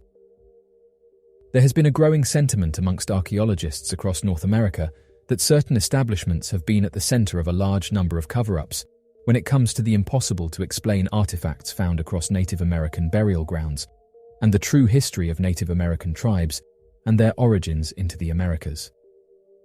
Additionally, overwhelming evidence for this can be found in the hundreds of news reports made by reputable news sources over the last 22 decades, with archaeological reports dating as far back as the early 1800s. Back in August 1934, an alleged 31-foot skeleton was discovered in the riverbank in the Jubbulpore district. Oddly enough, instead of claiming that this was fake or belonged to a prehistoric creature, officials said that the bones were very similar to those of a human, but said they belonged to a giant ape. After this discovery was made, very little information was released about the finding, and during the same time, archaeologists in America were allegedly finding large bones that they also claimed belonged to large humans. The current whereabouts of the bones that were found in India remains a mystery, along with the 31-foot ape they said that this belonged to. Human history keeps being pushed back. Archaeologists have found it difficult to quantify exactly how much of human history has been lost, as there are many factors that can contribute to the loss of historical information. In some cases, historical records may have been intentionally destroyed or lost over time due to natural disasters, wars, or other catastrophic events. In other cases, historical records may simply have decayed or been lost due to neglect or a lack of preservation efforts. One example of significant historical loss is the Library of Alexandria, which was one of the largest and most significant libraries of the ancient world. The library is believed to have housed hundreds of thousands of scrolls and manuscripts, many of which were unique and irreplaceable. However, the library was destroyed in a series of fires, the causes of which are still debated by historians. As a result, much of the knowledge contained within the library was lost forever. Other examples of historical loss include the destruction of important cultural sites and artifacts during conflict, the decay and erosion of ancient structures and buildings over time, and the loss of cultural traditions and knowledge due to cultural assimilation or extinction. Estimates suggest that more than 99% of human history has been lost to time, with only the last few thousand years documented in written and archaeological records. The earliest known evidence of anatomically modern humans dates back around 300,000 years, but we have very little information about how those people lived or what they believed. Even for more recent periods, there are significant gaps in our knowledge. For example, we have relatively little information about the lives of ordinary people throughout much of history, as most records were produced by elites and focused on the lives of the wealthy and powerful. Additionally, many historical records have been lost or destroyed over time, either through natural disasters or deliberate efforts to suppress certain types of information. The oldest artifacts relating to humans that have been found are stone tools, which were made by hominids, ancestors of humans, as far back as 3.3 million years ago. These early stone tools were crude and simple, made by chipping and flaking rocks to create sharp edges for cutting and scraping. The first known species of the genus Homo, which includes modern humans, appeared in Africa about 2.5 million years ago, and their stone tools became more advanced over time. The oldest known Homo habilis tools date back to about 2.3 million years ago, while the more advanced Acheulean tool tradition, which involved the creation of hand axes and cleavers, emerged about 1.7 million years ago. The earliest known evidence of human language comes from the Homo heidelbergensis species, which lived in Africa and Europe between 700,000 and 200,000 years ago. They used tools and had a brain capacity similar to modern humans, and they likely had some form of verbal communication. Other important artifacts from early human history include cave paintings, which date back as far as 40,000 years ago, and provide insight into early human culture and beliefs, and early musical instruments, such as bone flutes, which have been found in caves in Germany and date back about 40,000 years. Scientists have said that modern humans arose in Africa some 250 or 300,000 years ago, but state that, as of right now, they're unable to pinpoint a specific location of where they originated from, saying that fossils have been found all throughout Africa and not one specific region. Scientists just announced that one of the oldest Homo sapiens fossils that was just recently found rewrites our species' history. The discovery of the oldest Homo sapiens fossils in Morocco in 2017 has led to a rewriting of our species' history. These fossils, which are approximately 300,000 years old, are significantly older than the previous oldest known Homo sapiens fossils, which were found in Ethiopia and dated to around 190,000 years ago. The discovery has challenged previously held beliefs about where and when our species originated. It suggests that Homo sapiens may have evolved in multiple regions of Africa rather than in one specific location. Additionally, the discovery also provides evidence that Homo sapiens coexisted with other hominin species, such as Neanderthals and Homo erectus, for much longer than previously thought. The discovery of the oldest Homo sapiens fossils in Morocco has greatly expanded our understanding of human evolution and has challenged many long-held assumptions about the origins of our species. Archaeologists find giant shafts near Stonehenge. In June 2020, archaeologists announced the discovery of a large circle of shafts around 2 miles from Stonehenge. The circle is made up of 20 shafts that are each about 10 meters, or 33 feet in diameter, and 5 meters, or 16 feet deep. The shafts are arranged in a circular pattern that is 1.2 kilometers in diameter, making it the largest prehistoric structure ever found in Britain. The shafts were likely dug around 4,500 years ago, around the same time as the construction of Stonehenge, and are thought to have served as a boundary or a marker for a sacred area. The discovery was made using remote sensing technology and is considered a major breakthrough in understanding the prehistoric landscape around Stonehenge. Stonehenge is a prehistoric monument located in Wiltshire, England, consisting of a ring of standing stones, each measuring around 13 feet high, 7 feet wide, and weighing approximately 25 tons. It is estimated that the stones were erected between 4,000 and 5,000 years ago during the Neolithic period. The exact purpose and builders of Stonehenge are still a matter of debate among scholars and archaeologists. While there is evidence of human activity at the site dating back to the Mesolithic period, it is unclear who constructed the monument or why. Some theories suggest that it was a burial site, a place of healing, a celestial observatory, or a symbol of political or religious power. One of the most widely accepted theories is that the builders of Stonehenge were the Beaker people, a culture that spread across Europe during the early Bronze Age. The Beaker people were known for their distinctive pottery and for their use of copper and gold artifacts. They were also skilled in metalworking and may have been responsible for shaping and transporting the stones used to build Stonehenge. However, recent excavations and research suggest that the site was a gathering place for people from all over Britain, and possibly even from the continent. It is thought that the monument was built over several phases, with each phase representing the beliefs and practices of the people who constructed it.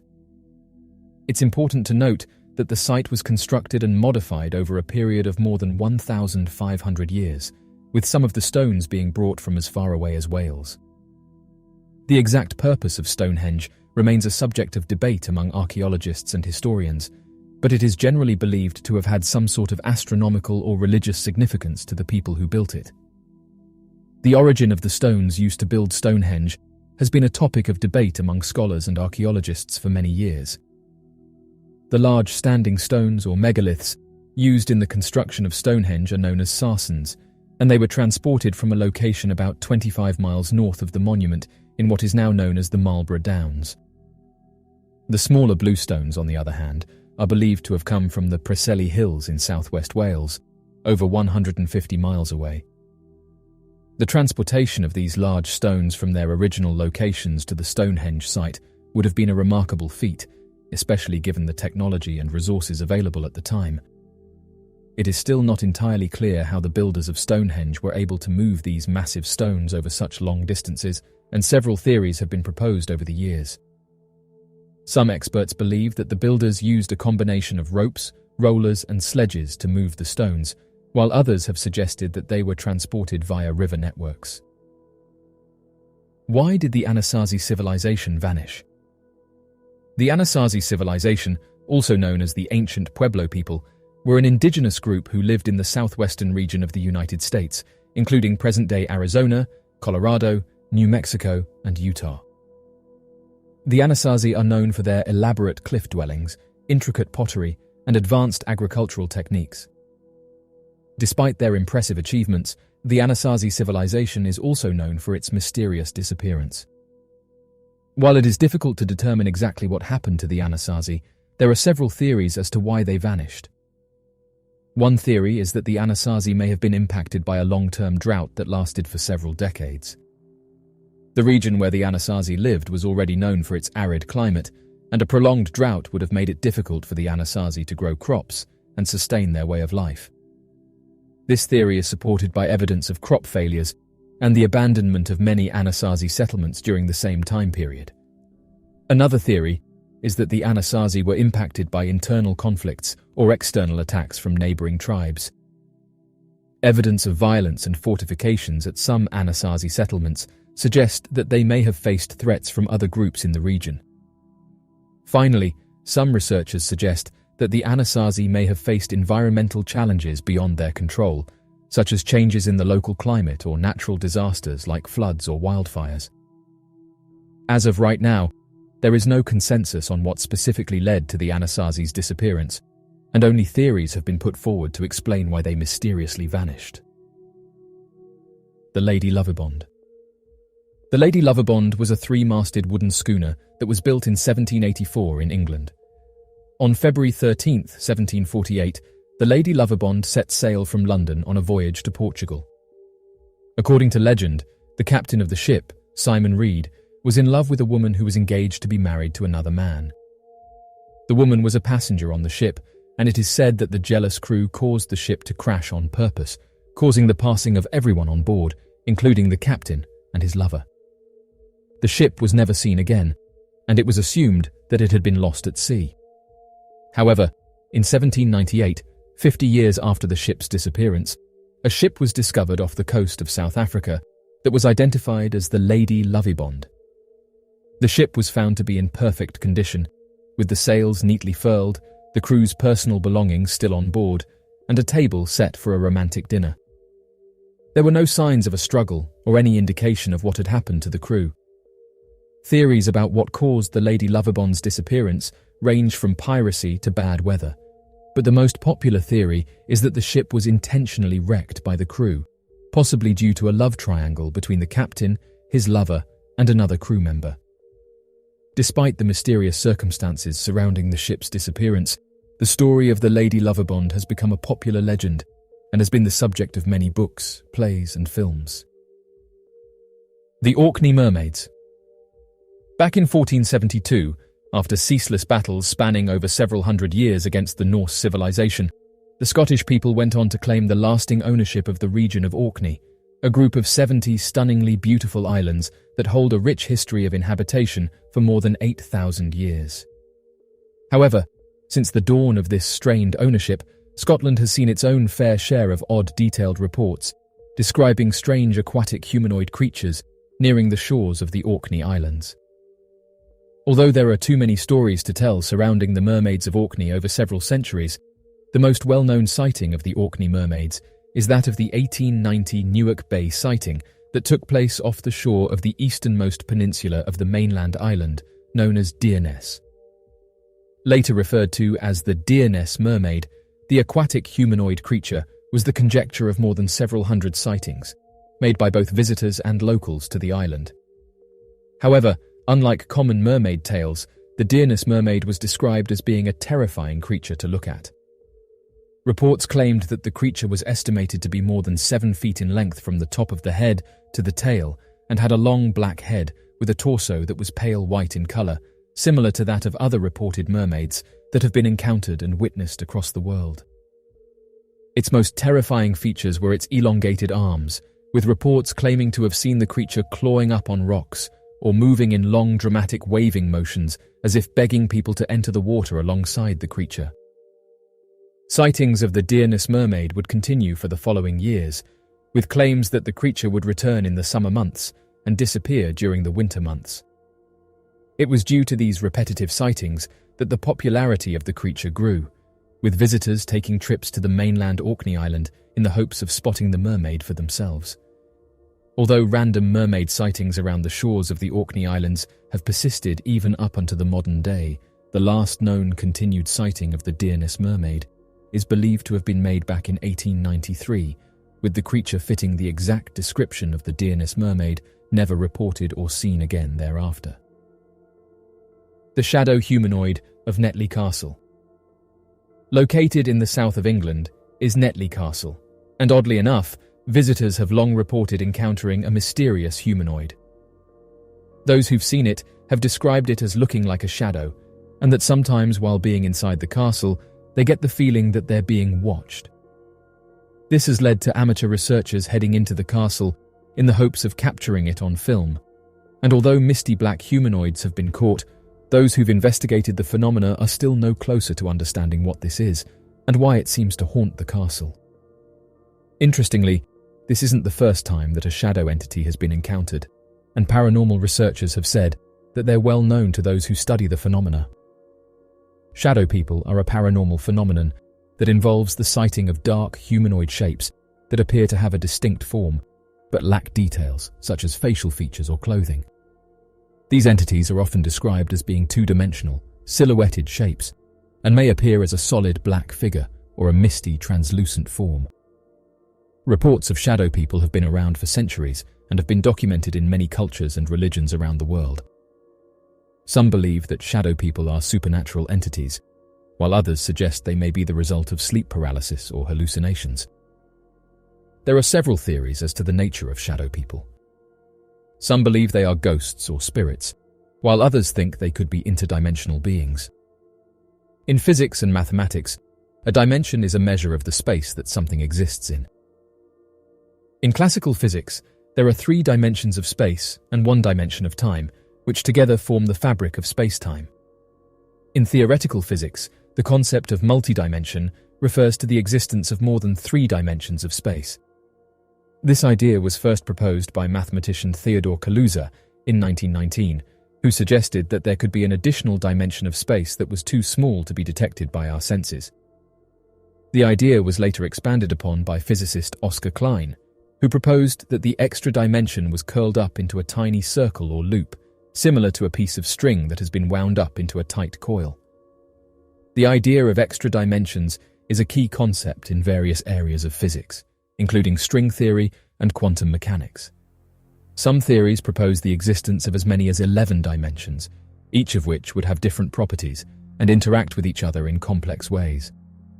Some paranormal investigators believe that shadow people may be the result of negative energy or psychic residue left behind by traumatic events or emotional turmoil. Reports of shadow people are often associated with feelings of unease, fear, or dread, and some individuals may experience sleep disturbances or other physical symptoms after encountering them. The strange disappearance of Lowell Lynn. During the 31st of November, back in 1957, a 23-year-old man by the name of Lowell Lynn would suddenly vanish during a short vacation with a friend. The 2 men had been visiting the slopes of Mount Rainier National Park, located in the state of Washington, to enjoy a few hours of hiking and snowboarding when they were suddenly struck by tragedy. Many aspects of Lowell's disappearance seemed more than just peculiar in nature and left many wondering if a far more devious event took place that would lead to the sudden disappearance. When re-examining the life and mysterious vanishing of Lowell Lynn in comparison to many of the other disappearances that took place on the slopes of Mount Rainier, a bizarre series of coincidences appear to become apparent. According to the official missing persons report of Lowell Lynn and close family members and friends, Lowell Lynn was considered an exceptional student, far surpassing his peers and personal family expectations. By the age of 22, Lowell had graduated from the University of Minnesota with a bachelor's degree in engineering and had already begun working for one of the top aeronautic companies in the world. After a successful interview with Boeing, Lowell would soon move to Seattle, Washington, to begin work on classified materials and advanced aircraft. During May of 1957, Lowell would leave his family and friends behind and live in the heart of the city. Unfortunately for Mr. Lin, during his childhood, he had grown quite accustomed to adventuring out in the surrounding woods and untamed wilderness of Minnesota, and the quick transition to his new city life would force him to abandon many of the activities he had once enjoyed. Fed up with many of the day-to-day stresses of his job working for Boeing, Lowell Lin would quickly make friends in the city who shared his love with the outdoors and begin making plans to visit Washington's famous Mount Rainier National Park. After only a few weeks, Lowell would buddy up with another young man around his age by the name of Harry Holcomb, with the two planning several months in advance to visit the snowy slopes of Mount Rainier during the early winter, with plans to hike up the mountain in snowshoes and then ski down the mountain's cleared and designated safe ski slopes. Due to their months of planning, the two experienced outdoorsmen would take a series of precautions, including watching weather satellite data to know when they should travel on the slope and how long they should be out there before temperatures got too cold. After buying the appropriate gear to stay warm and ensure a smooth ride down the slope, on the 31st of November, the two men would journey to Mount Rainier and spend the next few hours hiking up the mountain's slope in their high-grip snowshoes. The official report from Harry Holcomb would claim that the two men began their hike at around 7 in the morning from the Paradise Inn starting point, which was already at an elevation of about 5,500 feet. The exact plan was to utilize their high-grip snowshoes until they reached the 7,500-foot elevation point, at which time they would place the skis on their feet and journey down the mountainside back to where they had parked their car on a designated ski track. Once at the top of the mountain, the two men departed from the slope at around the same time, with Harry Holcomb later telling investigators that he knew Lowell was close to him until about the halfway point. As he was skiing, Harry claimed to have had a very strange feeling, and so stopped his descent at around the 6,500-foot level near Panorama Point. Once stopped, Harry immediately noticed that Lowell was no longer around and seemed to have completely disappeared from the area. After waiting for a couple of minutes, Harry resumed his descent, believing that perhaps Lowell had already passed him without knowing and was closer to their descent point. Oddly enough, this strange feeling continued, and Harry Holcomb would later tell investigators that he had felt incredibly confused by the events that took place. Feeling nervous and disoriented, Harry would stop his descent back where the two men had begun their hike, at around the 5,500-foot elevation mark at the Paradise Inn. After waiting almost an hour for Lowell to reappear, Harry grew nervous at the quickly deteriorating weather conditions. The men were aware that over the next few days, a storm was expected to arrive in the area with high probability, and so selected a day that they knew would be clear for more than their allotted hiking time. Unfortunately, Lowell's disappearance lasted longer than either man had expected. Without hesitating any longer, Harry Holcomb contacted the local National Park Service members and alerted them that his friend Lowell Lin had mysteriously vanished while descending the peak together. At around this point, details around the investigation would become far more peculiar, when it became apparent that many of the facts surrounding Lowell Lin's disappearance seemed to become purposefully muffled. Originally, the National Park Service claimed to local news outlets that Lowell Lin had disappeared due to a sudden snowstorm in the area. However, the truth was that Lowell Lin had disappeared on a scheduled clear day for the park, and after spending the entire first day searching for Lin, the National Park Service and search and rescue volunteers were unable to find any sign of Lowell.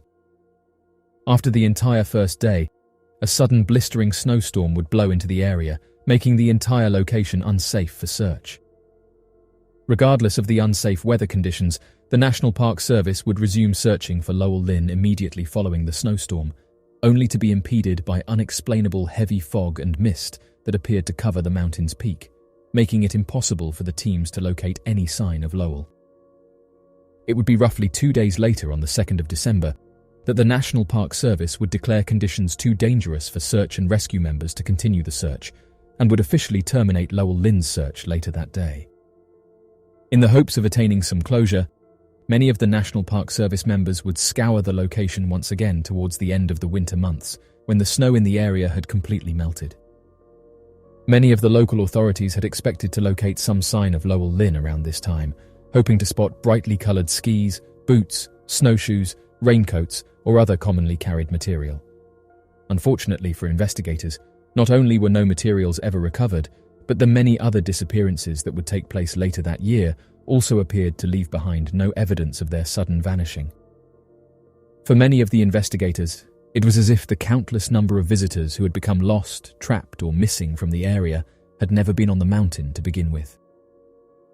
Another interesting matter of Lowell's disappearance would come to the forefront when investigators would remark as to the incredibly low probability of Lynn's vanishing, claiming that the two men should have had more than enough time in safe, stable weather to have made it off the mountain had either of them become lost. Additionally, Lowell's hiking experience should have allowed him to make the right calls necessary for making it back to their vehicle. Had Lynn become trapped in the snow due to the ski descent down, signs of his body would have been recovered during the melting of the area. However, nothing was discovered. Chief Ranger, Al Rose, would later remark concerns that Lowell's case could have been a matter of foul play, after remarking that the first day of his search yielded no signs of Lowell's descent from the mountain's peak. Although a snowstorm could have blown away any important details, Al Rose would also claim that during the first day, infantrymen and helicopters had traversed over the entire peak and descent slopes covering the distance travelled by the two men when skiing, and yet no evidence of ski tracks or any of Lowell's belongings were discovered. Mysterious underwater submerged cities. The oldest submerged underwater city that has been discovered to date is believed to be the ancient city of Dwarka, located off the coast of Gujarat in India. The city is believed to have been founded by Lord Krishna more than 5,000 years ago. In 2000, an underwater exploration led by the Indian National Institute of Oceanography discovered the remains of what is believed to be the city's ancient harbour, along with a number of artefacts such as pottery, beads, and sculptures. The discovery suggests that the city may have been an important centre of trade and commerce in the region. However, some researchers have questioned the age and authenticity of the underwater structures, and further studies and excavations are needed to confirm the city's true age and significance.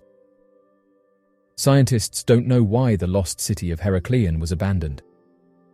Heraklion, also known as Thonis, was an ancient Egyptian city located near the canopic mouth of the Nile, in what is now the Abu Qir Bay on the Mediterranean coast of Egypt.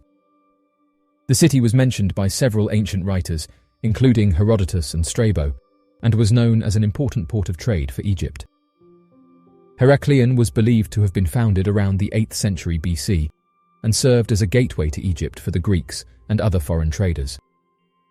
The city was a centre of worship for the god Amun, and its grand temples and palaces were renowned throughout the ancient world.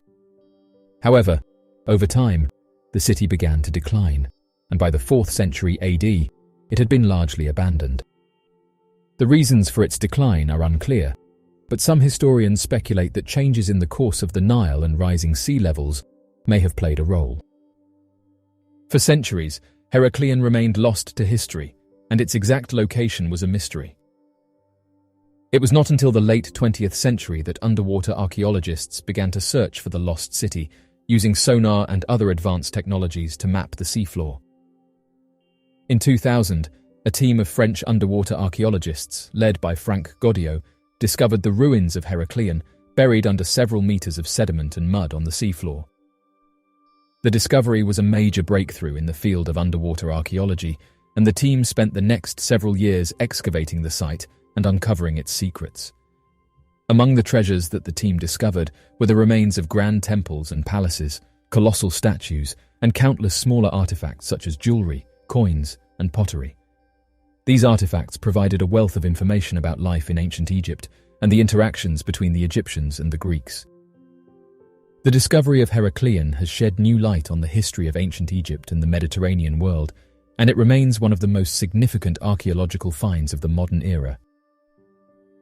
The mystery of Bimini Road. Bimini Road, also known as the Bimini Wall, is a linear rock formation located off the coast of Bimini in the Bahamas. The formation consists of rectangular limestone blocks arranged in a straight line, which some people believe to be a remnant of an ancient road or wall constructed by an unknown civilization. The Bimini Road was discovered in the 1930s by a pilot named Richard J. Gross, who noticed the unusual stone formations while flying over the area. Over the years, the site has been explored by archaeologists, geologists, and other researchers, with some suggesting that the blocks may have been part of a breakwater, pier, or jetty used by ancient mariners. One of the most controversial theories about the road is that it is evidence of a lost civilization, such as the mythical city of Atlantis. However, this theory has been largely discredited by mainstream archaeologists and historians who argue that the formation is a natural geological feature known as beach rock. Despite the controversy surrounding the Bimini Road, it remains a popular site for divers and tourists who come to explore the underwater formations and speculate about their origins. Despite the vastness of the oceans, humans have made significant progress in exploring and mapping them. However, only a small percentage of the ocean has been explored and mapped in detail. The exact percentage of the ocean that has been explored is difficult to determine, as it depends on the level of detail considered. In terms of surface area, the ocean covers approximately 71% of the Earth's surface, and as of 2021, it is estimated that less than 20% of the ocean has been mapped to a level of detail useful for scientific research. This means that a large portion of the ocean remains unexplored and unmapped, and there is still much to be discovered about the mysteries of the deep sea. Perhaps one of the most long-standing legends in all of recorded history and arguably the most popular tale of advanced ancient civilizations in modern-day culture, the lost city of Atlantis is one unexplained mystery that has stood the test of time. Atlantis's popularity is not limited to its philosophical roots, at least in relation to its not-so-recent adaptation as the home of the famous comic book hero Aquaman. It is so popular, in fact, that it even has its own dedicated field of study within the realm of pseudo-history, Atlantology, accompanied by a research database known as Atlantopedia. Recorded history presents to us this story in the time of the ancient Greeks, via one of the most prolific philosophic writers, Plato. Atlantis is first introduced in his stories the Timaeus and the Critias, respectively. In Timaeus, the character Critias tells Socrates a story. In this story, the character Solon, a real-life ancestor of Plato, makes the long journey to Egypt. He engages in conversation with an Egyptian priest regarding the topic of ancient history. The priest is unimpressed with Solon's stories, so he decides to educate him with a historical tale unknown to the Greeks at that time. In a summary of this tale, an Egyptian elder tells Solon about the ideal state of Athens at a time long before the Athenians' own recorded history of themselves. He described Athens at this time as excelling in all pursuits of knowledge, living virtuously, and practicing moderation. He tells how a powerful nation called Atlantis attempted to overtake surrounding civilizations, including Egypt, but the Athenians were the ones who put a stop to them. Immediately following their defeat, cataclysmic floods and earthquakes swallowed up the continent of Atlantis, covering it with a muddy terrain, making it impossible to navigate the seas where the continent once stood. In the Critias, Plato writes an even more detailed description of Atlantis. Atlantis was founded by Poseidon, who fell in love with a human woman known as Cleito. Together they had 5 sets of twins, whom of which eventually came to develop and rule over the 10 different provinces of Atlantis. It is believed that as time passed, these rulers slowly divided up portions of this fabled land in order to create a legacy between each family. The Atlanteans grew to be an advanced civilization for its time, far ahead of all other civilizations surrounding it. They were known to be much more developed in maritime navigation, city infrastructure, militaristic pursuits, and even agriculture. The actual city of Atlantis is known to have been a main citadel in the center, surrounded by 6 concentric rings, 3 of water and 3 of land. In the dialogue, Plato described the city of Atlantis as being 50 stades from the sea, which translates to just under 6 miles. Atlantis was connected to the sea via a canal, which was 300 feet wide and 100 feet deep, and ended at a harbor near the settlement. The actual continent of Atlantis was explained by Plato as being larger than Asia and Libya combined, with the plains surrounding the city being approximately 230 miles wide and 345 miles long, and with a large range of mountains at the northern end of the continent and smaller mountains surrounding the rest of the center plains. The entire continent was described as being rich in soil, plant, and animal life, elephants included, and having reasonable temperatures for sustaining these forms of life. Throughout the dialogue, Plato does not cease to chronicle aspects of Atlantis down to the finest details. He speaks of the main palace in the center of the city, elegant bathhouses, temples, statues of gold and silver, gardens, aqueducts, cisterns for storing water, housing for both people and animals, guardhouses, and even racetracks. Bulls were worshipped and viewed as divine in the city of Atlantis and roamed the streets freely. Plato then goes on to describe other settlements of people in the surrounding areas of the continent, but simply labels them as wealthy farmers and country folk. Plato explains the military setup by the city of Atlantis. He goes into great detail about the various roles filled by members of the ancient city and its hierarchy, all the way from king down to citizen. Towards the center of the Timaeus dialogue, Plato writes about the Atlanteans becoming complacent in their human nature, becoming corrupted by greed and losing sight of nobility. At the end of the Critias, he writes that Zeus plans retribution for these actions, and then the dialogue abruptly ends.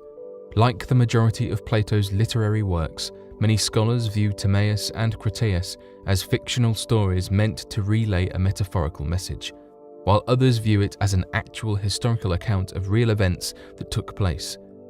Solon really was an ancestor of Plato and could have actually visited Egypt and learned of Atlantis, and then passed down the story to Plato. One argument that supports the once existing Atlantis is the amount of detail Plato used when describing this ancient civilization. Why put so much effort into describing the most minute of details just to communicate a metaphor? From the measurements of the continent as a whole down to the depth and width of the canals and concentric circles in the city, Plato filled Critias with sensible details about a place that may have existed, and possibly may still exist. It is not unlikely that Plato could have taken a true story that has a rightful place in recorded history and expanded upon it with an artistic approach to better execute his metaphors. Many Atlantologists that specialize in flood history recorded by ancient Egyptians, Mesoamericans, and even some European cultures also believe that Plato was describing real historical events that took place. It is widely believed that the flood that sank Atlantis is the same flood described in the story of Noah's Ark. With that being said, flood stories can be traced back long before the Bible, and many of these stories show great similarities with only subtle differences. So this begs the question, why do so many cultures have similar stories about floods? One theory is that these floods actually took place sometime around the end of the last ice age. This correlates with Plato's description of the destruction of Atlantis, as told by the Egyptian elder 9,000 years before Solon went to Egypt in 600 BC. This is where scientifically proven geological findings come into play. It has been proven that approximately 11,600 years ago, the Earth did undergo massive rises in sea level.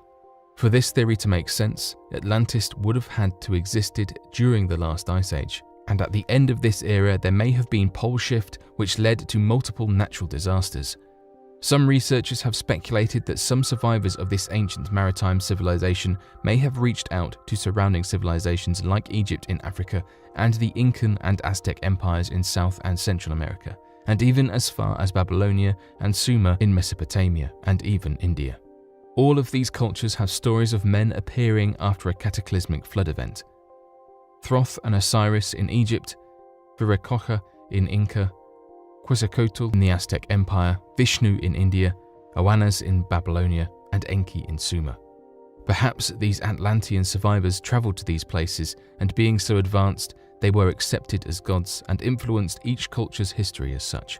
One idea that supports this theory is the discovery of pyramids and pyramid-like structures in each of these areas. Perhaps the survivors spread their knowledge of pyramids and their alignment with the stars in hopes that future civilizations would gather the clues and solve this mystery. Another theory is that Atlantis was actually destroyed at the end of the Bronze Age. The explanation for this mix-up in historic timelines can be found in ancient Egyptian timekeeping. The Egyptians used both solar years as well as lunar years for keeping time. While solar years line up with 365 days a year, lunar years are measured in months. If the Egyptian elder who told Solon the story of Atlantis was speaking in terms of lunar years, meaning 9,000 months instead of years, this could have lined up with the end of the Bronze Age. Another real-world account recorded by the Egyptians that backs up this theory is known as the invasion of the Sea Peoples.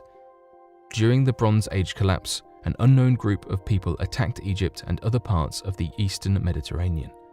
They seemingly came out of nowhere from the Mediterranean Sea and invaded Egypt. A famous battle ensued, which is known as the Battle of the Delta. Egypt was, however, able to fend off the unknown attackers. Could it be that these attackers were in fact Atlanteans? At any rate, it could be true that they weren't attacking at all, but Egypt was simply defending by means of offense, and recorded the battle as if they were being invaded. With that being said, and with so much other evidence supporting that Atlantis was in fact a real place, where could it be hiding? The location of where Atlantis was and where its ruins could be is perhaps the most debated topic in Atlantology. Speculations for locations vary all over the world, including but not limited to the Canary and Azore Islands, the North and Irish Seas of the Atlantic, the Spartel Bank, and southern Morocco near Gibraltar, and even in the Cyprus Basin. There are many more. However, for this video we are going to stick with 3 of not only the most popular believed to be locations for Atlantis, but also some of the most factually supported.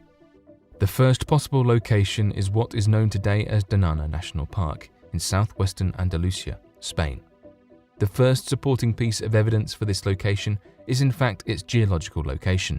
Plato wrote that Atlantis was in front of or just beyond the Pillars of Heracles, which is known today as the Rock of Gibraltar. This area is also believed by some to be the ancient civilization of Tartessos. This place is mentioned several times in the Bible, but instead labelled Tarshish, and is noted as being a very wealthy civilization, rich in minerals such as gold, copper, tin, silver, and iron. These same minerals were mentioned in Plato's dialogues when describing Atlantis. Many researchers believe that Tartessos and Atlantis could in fact be the same place, but known by different names to different cultures. More supporting evidence for this location lies in the Tartessian ruins in Cancho Roano, due north of Dinana Park. It is widely accepted that after the flooding, some survivors of Tartessos, Atlantis, fled north. Ruins of Cancho Roano have been discovered that somewhat resemble a scaled-down description of Plato's city of Atlantis. At the entrance of this scaled-down Atlantis lies a carving of a warrior facing 3 concentric circles. The second possible location for the lost city of Atlantis is the modern-day island of Santorini, just north of Crete. Near the end of the Bronze Age, an event known as the Thera eruption, or Minoan eruption, took place. This was a catastrophic volcanic eruption that wiped out the majority of Santorini, as well as caused damage to surrounding islands with earthquakes and tsunamis. At this time, a Minoan settlement resided on the island, who were a dominant sea power in the eastern Mediterranean. Archaeologists have found that this settlement possessed advanced engineering knowledge, including 3 to 4 story buildings, minor earthquake-safe structures, plumbing, and sewage. The Minoans were also found to worship bulls, not unlike the Atlanteans. It seems that before the Thera eruption took place, the island may have resembled the ring-like shape as described by Plato. However, this location does erase any connection with the Pillars of Heracles, if that even is the correct location of the pillars. Perhaps those survivors of the eruption fled to surrounding civilizations, which could connect Santorini to the stories of the Sea Peoples, or being accepted as gods amongst the various cultures mentioned earlier. The third and final possible location for the continent of Atlantis is what we know today as the continent of Antarctica. The basis of this hypothesis starts with what is known as the crustal displacement theory.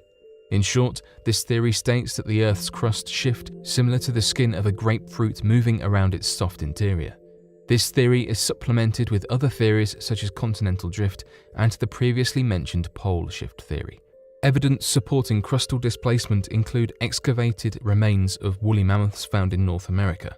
Upon discovering these creatures, researchers found that the contents of their stomachs was shown to be food that would be found in warm climates, suggesting that they were frozen faster than they could escape death. Further evidence supporting Antarctica to be the location of what was known as Atlantis can be found on the map made in 1513 by 16th century cartographer Piri Reis. He is believed to have accurately depicted the northern coastline of modern-day Antarctica before it was covered with ice and before it shifted south some 2,000 miles.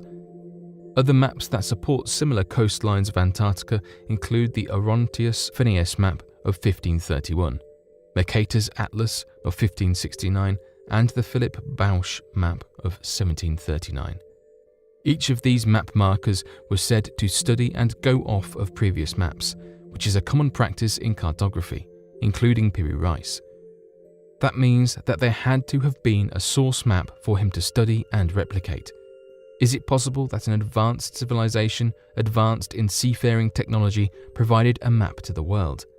Perhaps as the Earth's crust was displaced, survivors fled to the various civilizations in order to preserve their advanced knowledge, culture, and possibly maps. Palm leaf fossils have been found on Antarctica, indicating that at some point in the Earth's history, the continent did lie further north and was capable of inhabiting flora. Plato did say that Atlantis was larger than Libya and Asia together, which would make sense in regards to how large Antarctica may be without the icy coverage. However, modern-day researchers have pointed out that seafarers in ancient times often measured land masses by their coastal lines rather than actual area size. Applying this to the actual length of Asia and Libya's coastal lines, from the eyes of mapmakers in ancient eras, the land size of the continent of Atlantis may have been closer to the size of Cyprus or Sardinia. It is also widely accepted by researchers that what we know today as Asia and Libya may have been labelled incorrectly by ancient Greek writers.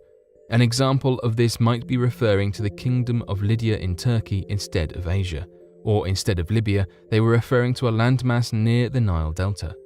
Recently, aerial images have been captured of several concentrically shaped structures throughout Antarctica.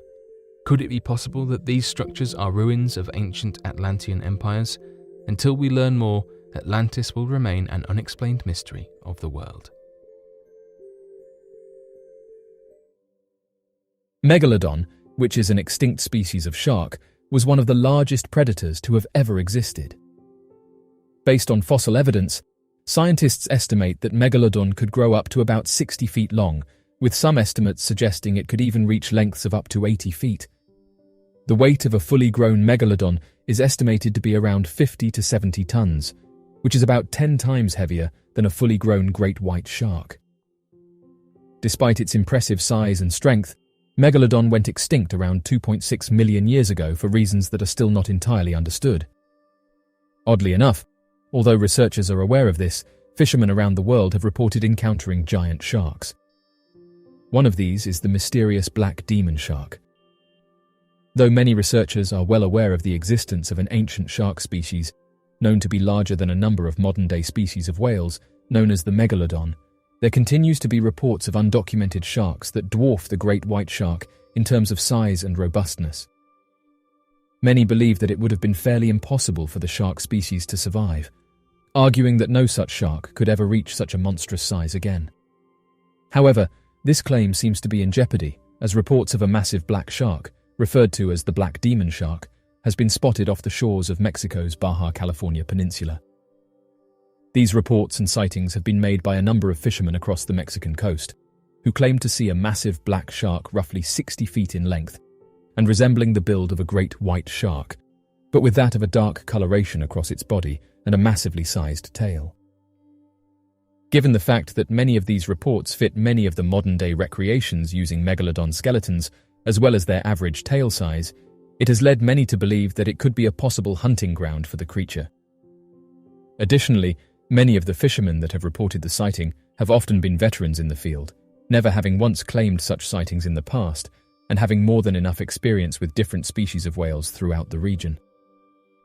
One fisherman reported that he encountered the shark while pulling in nets, saying that something bumped his boat, which caused him to investigate. As he got to the end of his boat, noting that it was over 30 feet in length, he said that he saw what looked like a black shark around 2 feet under the surface and said that this must have been what knocked the boat. The fisherman also said that the shark was longer than his boat, meaning that it was at least 35 feet in length. However, as he was observing it, he said that it didn't match any of the local sharks in the area, and said that although he had been fishing in this location for several years, this was the first time that he had seen it. Oddly enough, around the same time, he said that the majority of wildlife left the area. Ocean wildlife may leave an area when a shark is around due to a natural instinct for self-preservation. Sharks are apex predators that are known to hunt and feed on other marine animals. As a result, many ocean animals have evolved to recognize the presence of a shark and respond by fleeing the area or hiding to avoid becoming prey. Additionally, some species of fish and other marine animals have the ability to detect the electromagnetic fields that sharks produce with their muscles, which allows them to sense the presence of a shark even if they cannot see it. This is known as electroreception, and it may also contribute to the instinctual response of ocean wildlife to a shark's presence. The fisherman said that after this encounter, he tried to write down as many details as possible, hoping that he could find an answer for what it was that he encountered. However, several weeks passed, and he was no closer to understanding what the shark was. But the man did note that other fishermen in the area said they too had seen it, and described it as being a large, dark-coloured shark that was over 40 feet in length. Another conceivable interpretation is that the shark may be a hypermelanistic great white shark which has undergone hyperpigmentation and become melanistic. This kind of species of shark could have grown to its full adult proportions.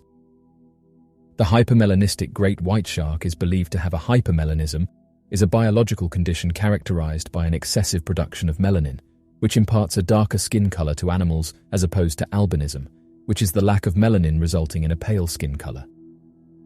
This phenomenon has been noted to take place in some species of cat sharks and rays, and there is a possibility that it could also happen in great white sharks that can grow to over 20 feet in length. The occurrence of hypermelanism in great whites can have significant implications for their appearance and behavior in the wild, as well as for our understanding. Seeing a large 20-foot great white shark up close, who exhibits these dark colors, could cause some fishermen to believe that it's an undiscovered species, or that they're encountering a larger shark. In reality, the colors and the shark being close to the surface could be distorting their perception of how big it is.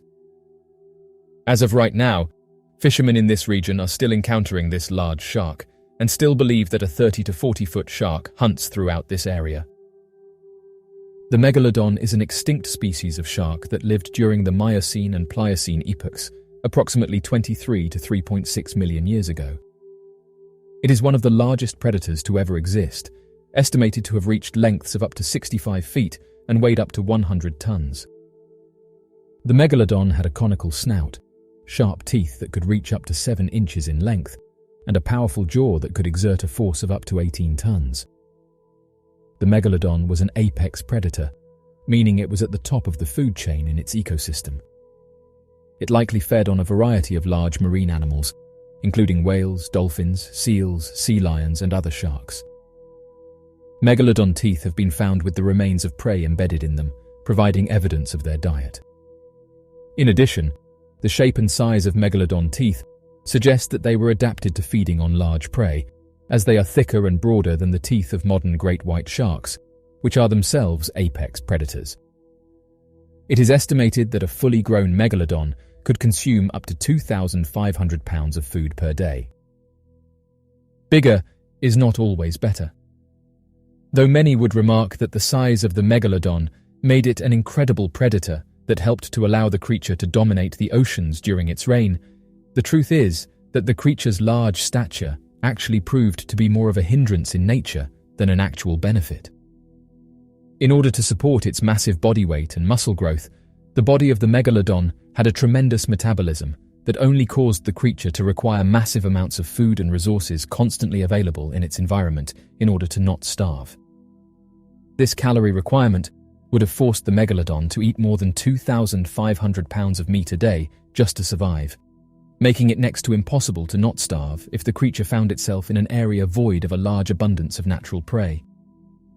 Given the fact that the diet of the massive shark was made up mostly of whales, turtles, and seals, the megalodon would have been forced to be in a constant state of predation just to meet its daily calorie requirements, even going so far as possibly eating its own young in times of stress and engaging in risky behaviors just to locate a possible food source that would most likely deplete in a short matter of time. Given the fact that the megalodon often traveled over vast distances, this led to high probabilities of winding up in new areas that did not contain an adequate food source and ultimately left the entire species incredibly vulnerable. These problems are only made worse when one takes into consideration how an environment can easily be changed in its resource availability by season, which would often mean that the megalodon would be forced to travel greater distances or be highly susceptible to starvation if any dramatic changes in climate occurred.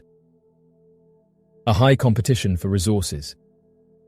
Given the creature's massive size and its constant need for an adequate amount of calories just to survive, this led the creature to ultimately become a species that suffered from a high rate of competition with both neighboring species and its own kind. Though many times in the animal kingdom, having a much larger physique allows certain evolutionary advantages when it comes to the realm of competition, other times it can lead to a much higher resource scarcity for the species in question. The megalodon, due to its large size, was capable of eating a wider range of foods that included schools of fish, turtles, seals, and every now and then, a lone whale. Due to its food supply being made up of many different marine animals, the megalodon was constantly competing with those animals' natural predators for food. This also meant that their finely tuned ecosystem could only support a lower population density of the megalodon due to its constant competition with members of its own species. This translates into not only the megalodon being a mostly solitary marine animal, but a tremendously high risk in not finding a mate given their incredibly low population numbers. The stress on the body. The reason as to why not many predators have ever again reached the size of the megalodon, including different species of sharks that were around during the reign of the creature, has less to do with genetics and more to do with physics. In fact, many scientists speculate that the blue whale is the maximum size an animal can ever reach, given the fact that if a creature were any larger in volume, then the creature would begin to collapse under the stress of its own weight. The only reason why marine animals can get so much larger than land animals is due to the natural buoyancy the water provides to reduce stress on the creature. Unfortunately, in the case of the megalodon, this large size was responsible for a lot of added stresses and injuries to the creature, even when performing mundane tasks.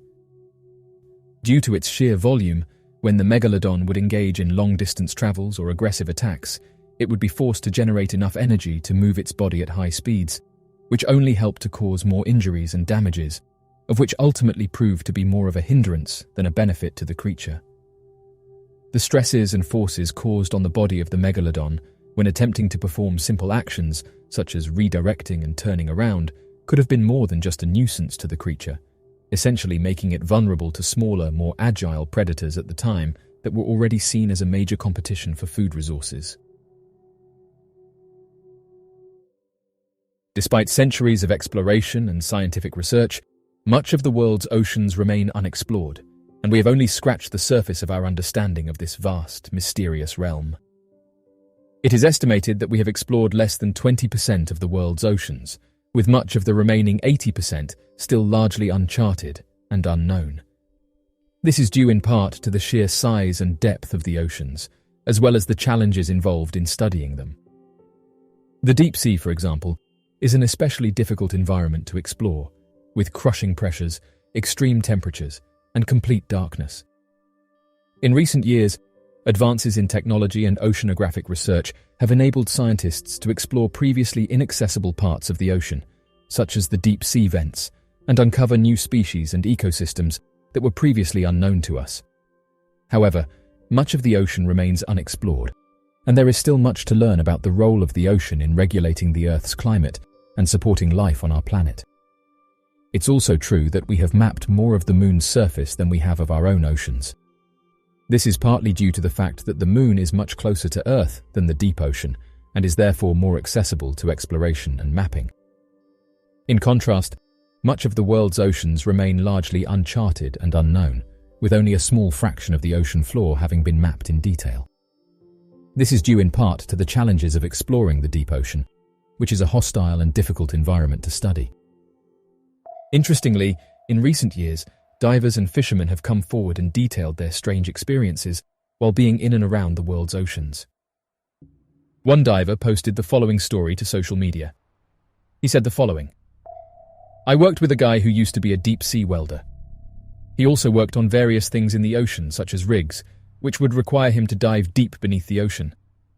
He got talking one day as we shared a lot of things in common, and he told me about some of the strange things that we witnessed while carrying out jobs in the ocean.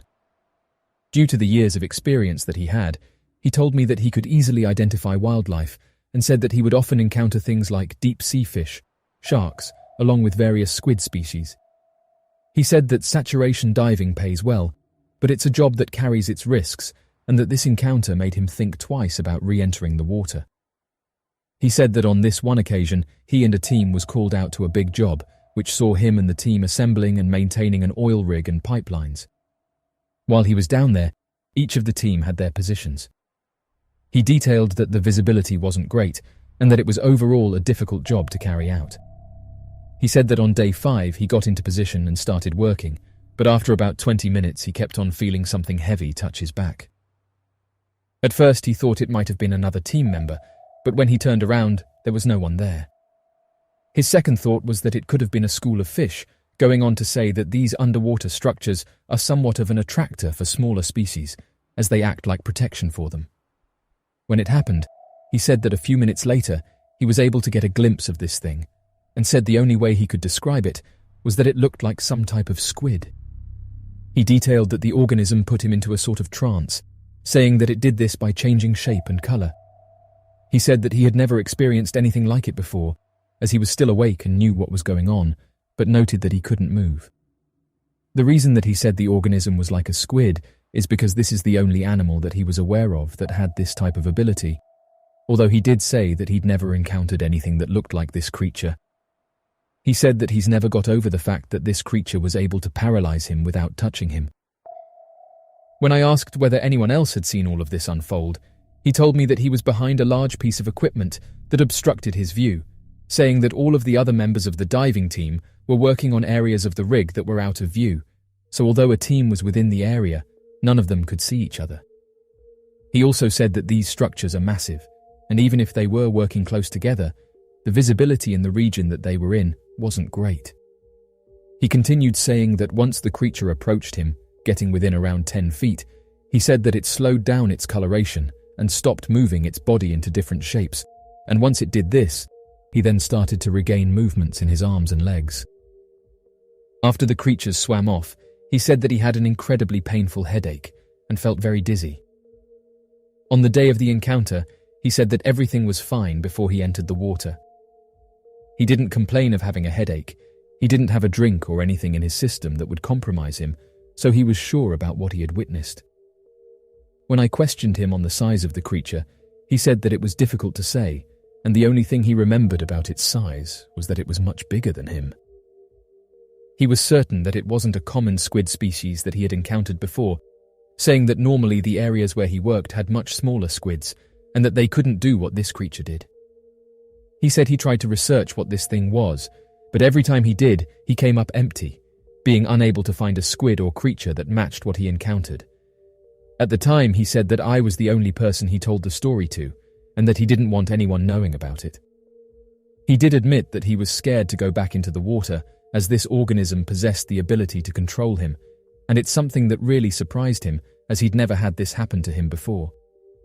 Even though the encounter only lasted a minute or so, it was something that he didn't want to relive. He said that the headache lasted about a week, and it was easily the worst headache he'd ever had before. After this experience, he said that he never encountered the creature again, and that as of today, he has no idea what it was that he encountered. End quote.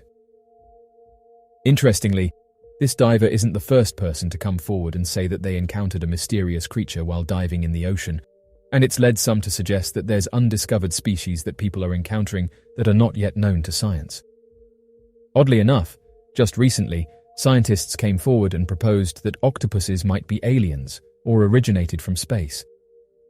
The idea that octopuses might have originated from space is based on the fact that they are highly intelligent and exhibit some unique traits that are not seen in other animals on Earth. For example, octopuses have a complex nervous system and can change color and texture to camouflage themselves in their environment. Additionally, their genetic makeup is quite different from other animals, leading some to speculate that they might have evolved independently from a different ancestor than other animals on Earth.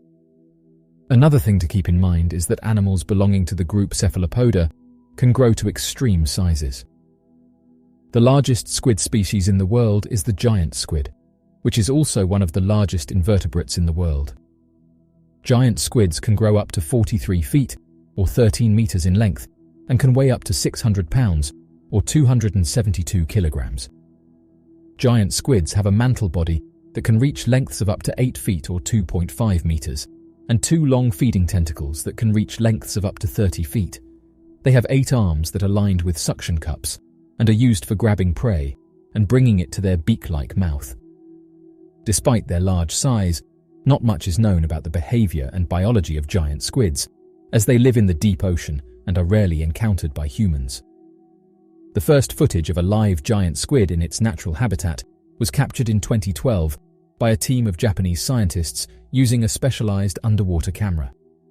Since then, several more sightings and captures of giant squids have been reported, providing new insights into their biology and behavior. Scientists are constantly discovering new species in the world's oceans, but it is difficult to estimate the exact number of new oceanic species that are discovered each year.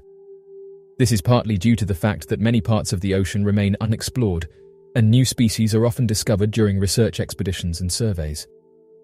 According to the World Register of Marine Species, which maintains a database of all known marine species, an average of around 2,000 new marine species are described and named each year.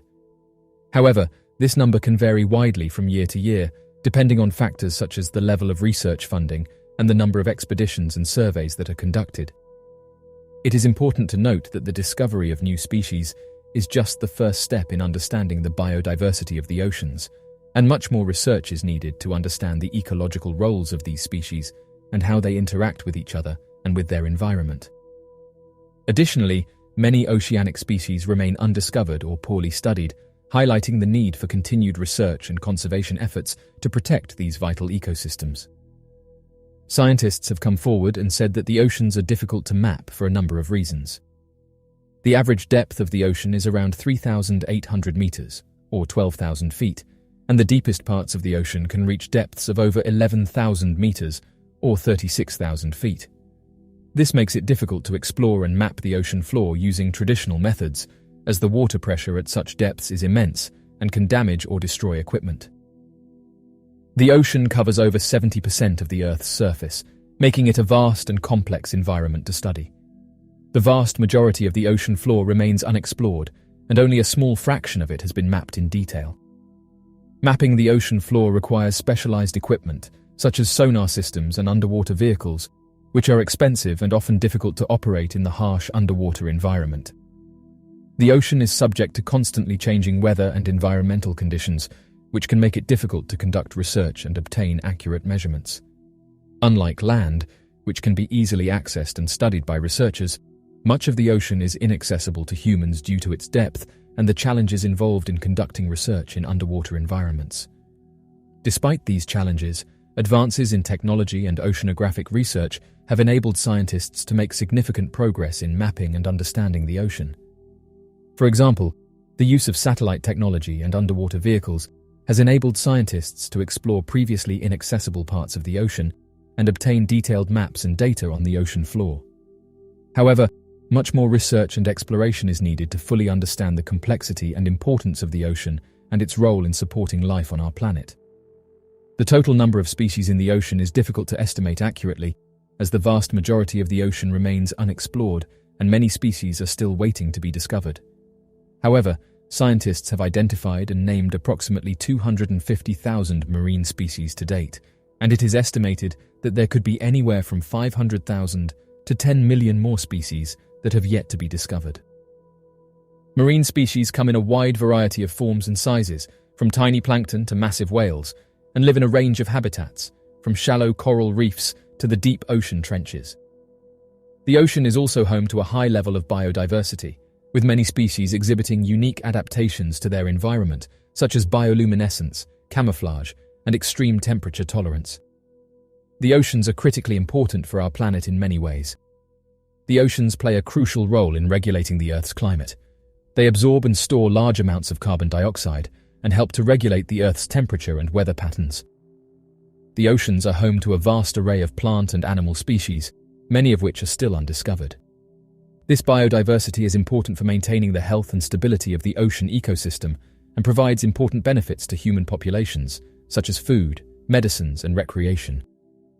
The oceans provide a significant source of food for millions of people around the world, particularly in developing countries where fish and seafood are a major source of protein. The ocean also supports many livelihoods, such as fishing, shipping, and tourism. Phytoplankton, tiny plants that live in the ocean, are responsible for producing over half of the oxygen in the Earth's atmosphere. They are also a critical part of the ocean food web, providing food for many other marine species. Despite their importance, the oceans are facing numerous threats. It is important that we take action to protect and conserve the health and biodiversity of the oceans for the benefit of both current and future generations. Back in February, people across Turkey said that they observed birds acting strange prior to the earthquake which hit the region, and they've now said that birds are once again exhibiting strange behavior. Oddly enough, it's been observed that birds behave strangely before an earthquake, leading some to believe that they may have the ability to sense seismic activity before it occurs. Interestingly, some animals have been observed to have the ability to detect earthquakes before they occur. This is believed to be due to their heightened sensitivity to changes in their environment, such as vibrations or electromagnetic fields. On the 6th of February 2023, a seismic event with a magnitude of 7.8 hit the southern and central areas of Turkey, as well as the northern and western regions of Syria. The focal point was located 37 kilometers in the west-northwest direction of Gaziantep. The seismic disturbance reached its highest level of intensity in certain regions of Antakya, which is located in the Hatay province. At approximately 24 minutes past 1, there was a 7.7 magnitude earthquake that occurred immediately after the preceding event.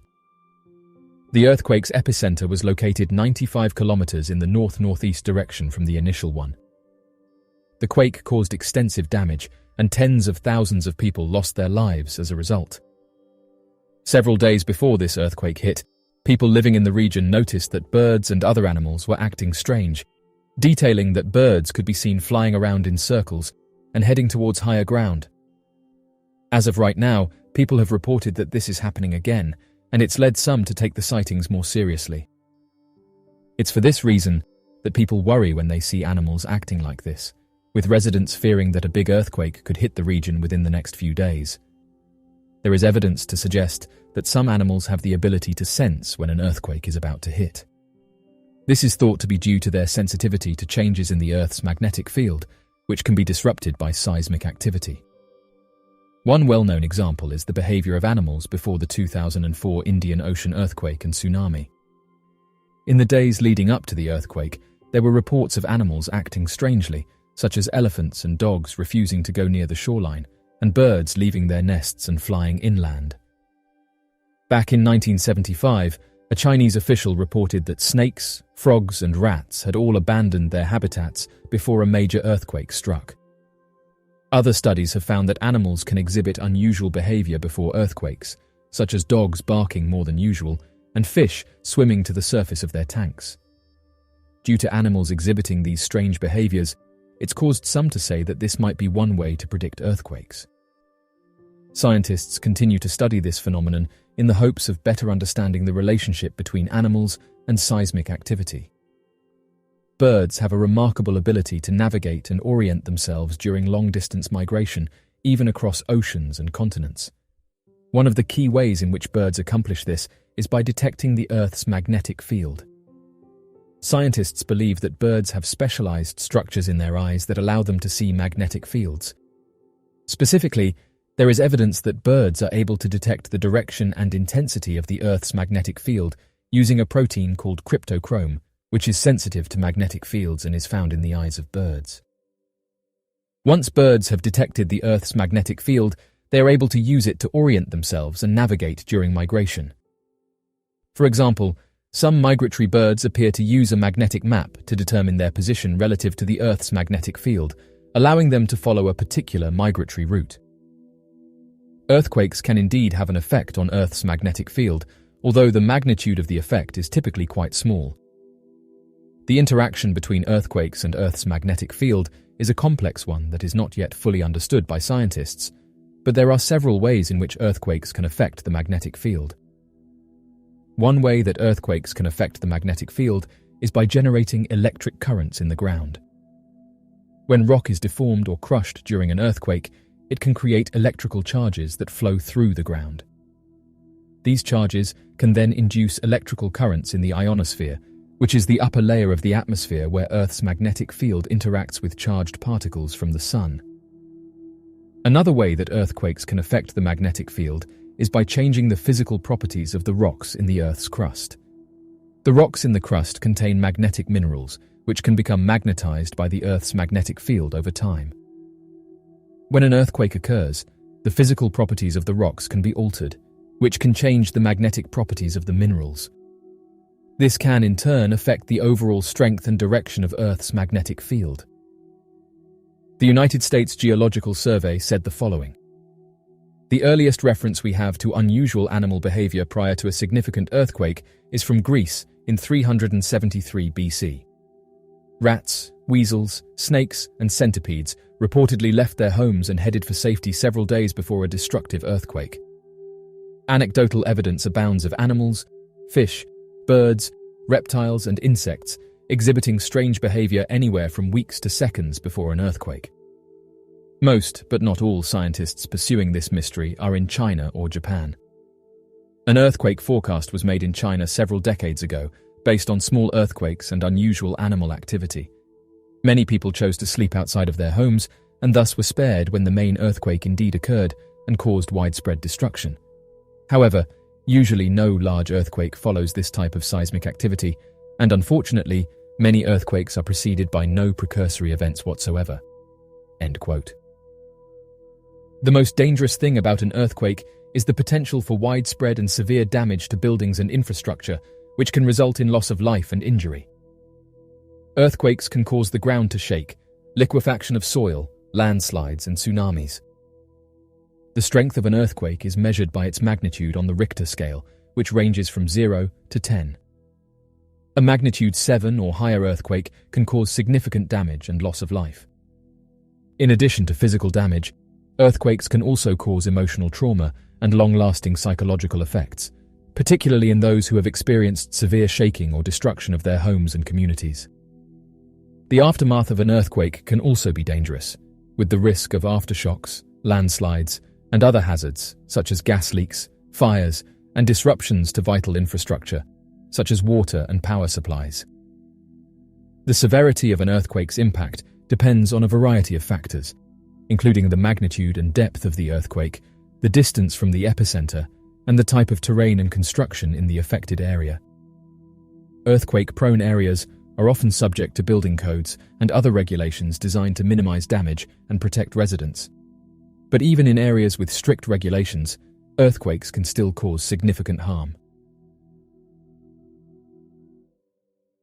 It is difficult to provide an exact number of mysterious aircrafts that are reported each year, as there is no central agency or organization that tracks all reported sightings.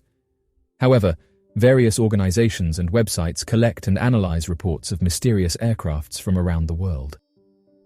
The National Reporting Center in the United States, for example, receives thousands of reports each year, with over 5,000 reports received in 2020 alone.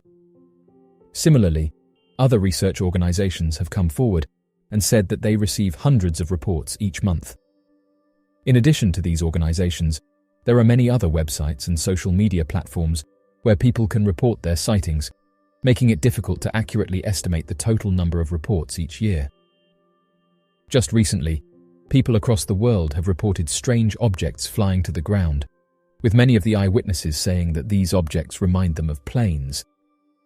Due to the objects appearing as though they are on fire, it's caused witnesses to phone police stations and report their sightings, saying that they're worried that someone might be in trouble and may need some assistance.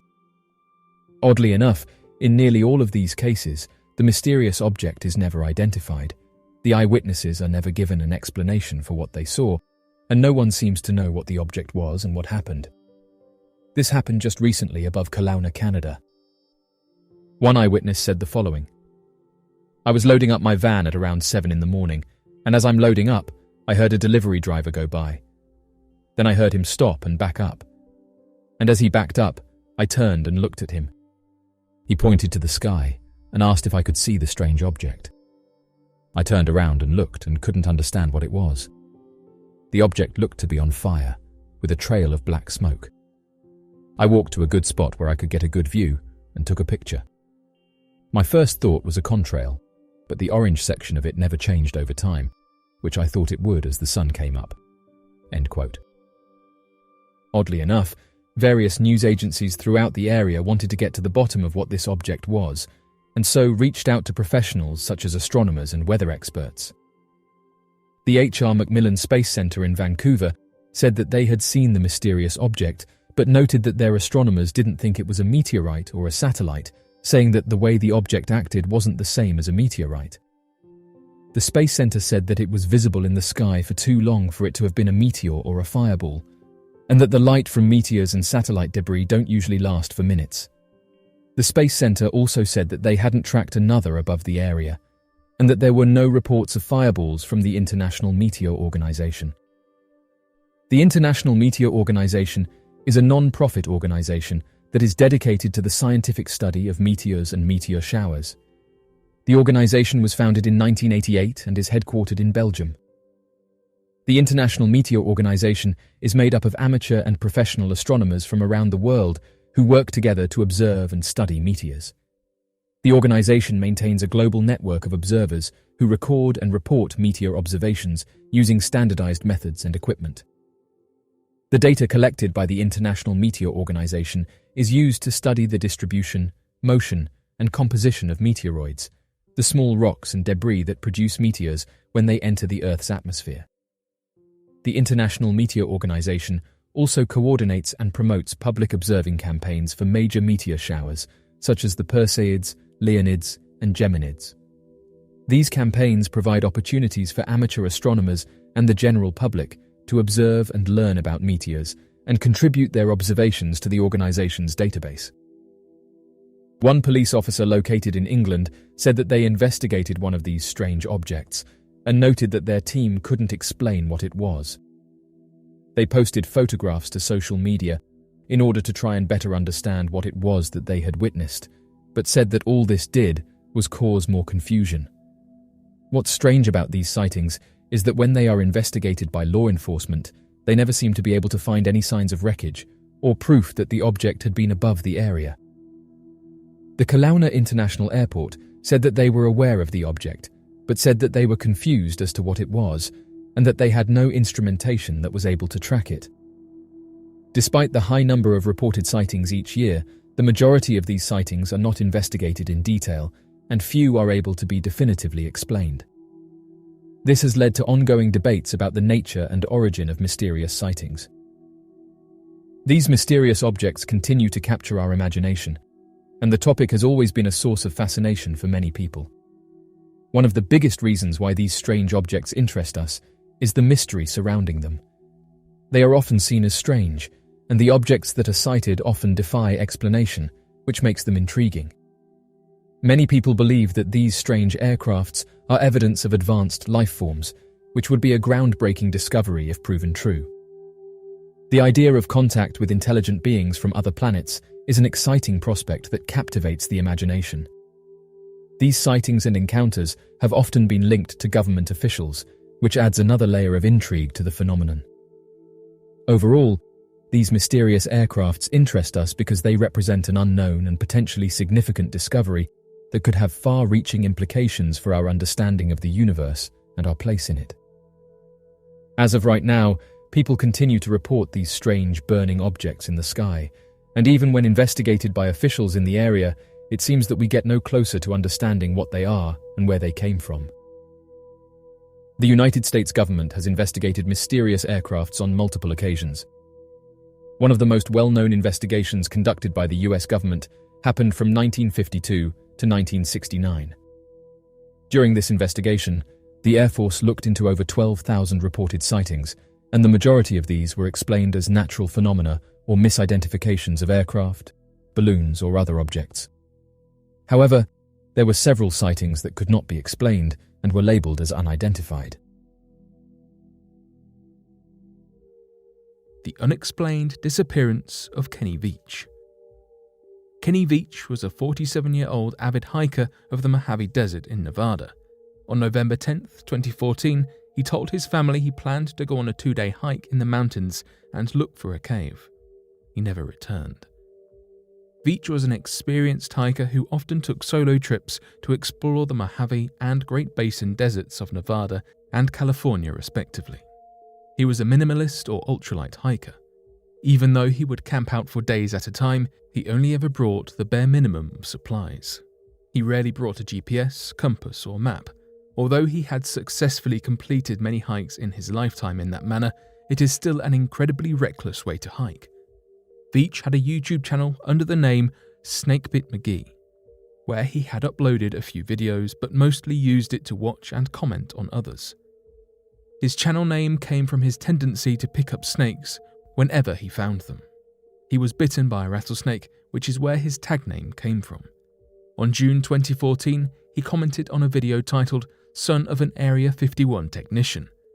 In his comment, he stated that he had found an M-shaped cave about 7 miles out from Nellis Air Force Base in the Sheep Mountains, which are north of Las Vegas, Nevada.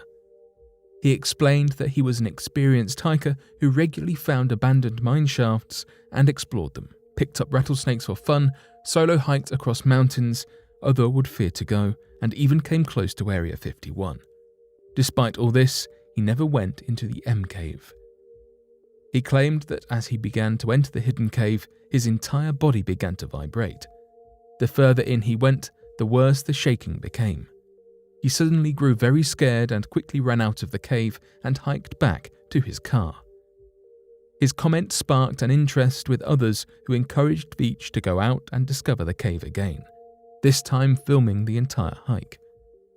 He agreed and left to find it a second time, carrying along with him a video camera and a 9mm handgun. He posted a video of his hike, but unfortunately was unable to find the mystery cave.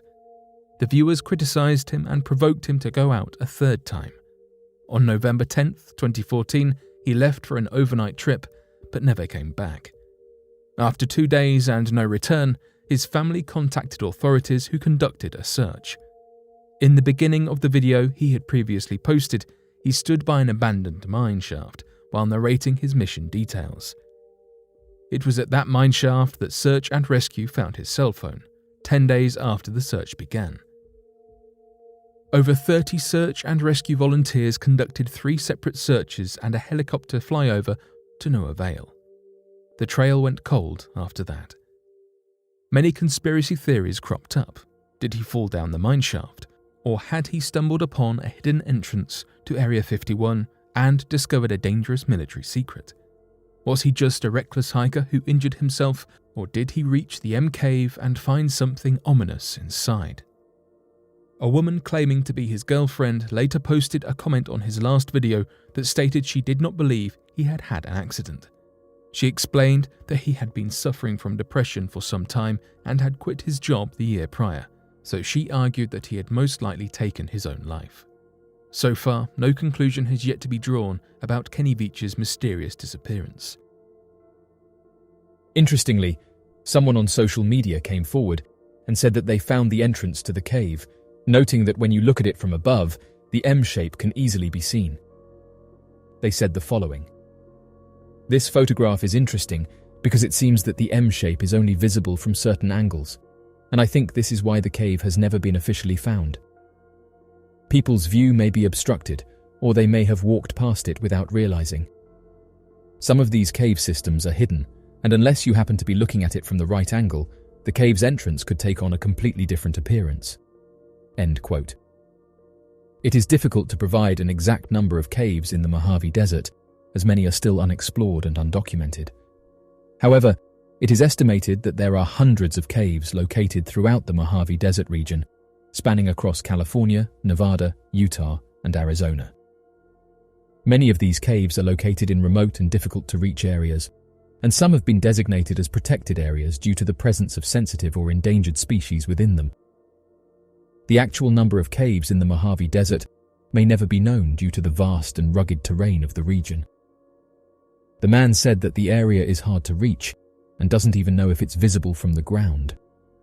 However, they did say in another comment that they want to go out there and investigate it for themselves, saying that they might bring their drone with them in order to help identify where this particular cave is. Kenny said the following about the mysterious cave. "I solo hike across mountaintops that most people wouldn't dare go. I have been in more caves than I can count, and I play with rattlesnakes for fun. But this one particular cave was beyond anything I had ever encountered. I've been doing this sort of thing for over 20 years. I go where no one goes, and I never take anyone with me. I find skulls of all shapes and sizes, and occasionally I find really old animal traps. I hike over mountaintop after mountaintop and sleep on peaks under the stars. Sometimes I have to scale giant cliffs to get myself out of a jam, but I always make it back. I'm beat up and tired, and my pack is almost always heavier than when I left. I had to be rescued only one time by a helicopter. I'd blown out my left leg at the top of the mountain, and I only had a cup of water left to get me 20 miles back to my truck. It was also over 100 degrees, so I have a very good safety record." End quote. Oddly enough, a woman claiming to be his girlfriend posted the following comment on one of his videos. She said the following: "I am the girlfriend that Kenny spoke of in the video. There are so many posts, and I had no idea until a friend let me know. So many people are wondering what happened and guessing different things. You are heartfelt about the sadness around what has happened with Kenny. He has not been found, and I feel that he probably will not be found for many months, if ever. I want to share what I know and feel about what happened, so that you might bring some closure and understanding in your own lives. Kenny absolutely loved hiking in the desert. It was his very favorite thing to do. We hiked and camped together all over the Nevada desert, sometimes 9 hours in a day. We found many abandoned mining towns, usually referred to as ghost towns by Nevada hikers. We explored many caves and mine shafts. We were always careful how we explored them, but Kenny was a bit more daring than I was. We wore snake guards, sun protective clothing, used walking sticks, brought enough water and food for the hiking hours, and had extra water and food in the car. I want you to know that I do not think Kenny had an accident. I believe he took his life. He battled for many years and would not take medication or see a doctor. He quit his job a little more than a year before he disappeared. The search for him was started within a couple days of my call. Over 30 search and rescue team members searched 3 different times on foot. 1 helicopter flyover was done, and there was no trace of Kenny or any of his camping things." End quote. Although many users believed that these comments were the real deal, others said that it could have been some random person posting about Kenny, and said that there's no way of identifying whether this person is genuine, and stated that they could have just created an account. Oddly enough, it's reported that hikers have found various strange caves throughout the United States, but park rangers have come forward and said that he most likely didn't prepare for the hike, or that the comments from his girlfriend were true and that he headed into the desert and ended things. The Mojave Desert is considered dangerous for several reasons. Firstly, the desert is extremely hot and dry, with temperatures that can easily reach well over 100 degrees during the day and drop to below freezing at night. This can cause dehydration, heat stroke, and other heat-related illnesses for those who are not properly prepared. Additionally, the Mojave Desert is home to several venomous animals, including rattlesnakes, scorpions, and spiders. Hikers and visitors to the area should take precautions to avoid contact with these animals and seek medical attention if bitten. The desert is also vast and rugged, with many remote areas that are difficult to access and lacking in water sources. This can make it easy for hikers and visitors to become lost or stranded, leading to potentially life-threatening situations. Finally, the Mojave Desert is home to military bases and testing sites, some of which may be off-limits to the public. Visitors should be aware of these areas and avoid trespassing, as they may face legal consequences or encounter hazardous materials or weapons. For years, hikers have detailed encountering a large humanoid that didn't match any of the local wildlife. Bigfoot, also known as Sasquatch, is a legendary creature that is said to inhabit remote forests, mainly in the Pacific Northwest region of North America. Descriptions of the creature vary, but it is generally described as a large bipedal humanoid creature, standing between 6 and 10 feet tall and weighing between 5 and 1,000 pounds. It is said to have long hair covering its entire body, a flat face with no visible neck, and large human-like feet. This mysterious photograph was submitted to Bigfoot Evidence, a website dedicated to tracking and posting mysterious humanoids seen throughout the United States. Oddly enough, this photograph was taken in an area that's known to have sightings of a creature that's become known as the skunk ape. The hiker who took the photograph didn't reveal that much about the encounter, but stated that they noticed something at the bottom of a river and so quickly got out their camera in order to snap a photo. They stated that the image was taken in Pine Island, Florida. Once reviewing the image, they couldn't make out what it was and posted the photograph to websites that investigate mysterious reports. Interestingly, this image does match the overall description of a skunk ape, a creature that's become known throughout Florida. Descriptions of the skunk ape often overlap with typical sightings of Sasquatch-like creatures. It is commonly accepted by researchers that the skunk ape is a Bigfoot-type creature, and so the reports of the creature are often lumped together with general Bigfoot reports made around the United States. Interestingly, this man isn't the only person to report an encounter with one of these creatures. The average sightings of the creature are typically only reported around Florida and Louisiana, and add the atypical description that the creature is different from average sightings due to its putrid smell and the fact that it dwells within swamps. The descriptions of the creature's odor are often conflicting, with many eyewitness reports claiming that the smell is impossible to compare to any other known smell. Some witnesses have claimed that the smell of the creature was similar to a swampy fish smell, with a mixture of rotten fish and eggs. An even smaller minority of witnesses have claimed that the creature gives off a somewhat chemical smell, comparing it to hydrogen sulfide, methane, or swamp gas.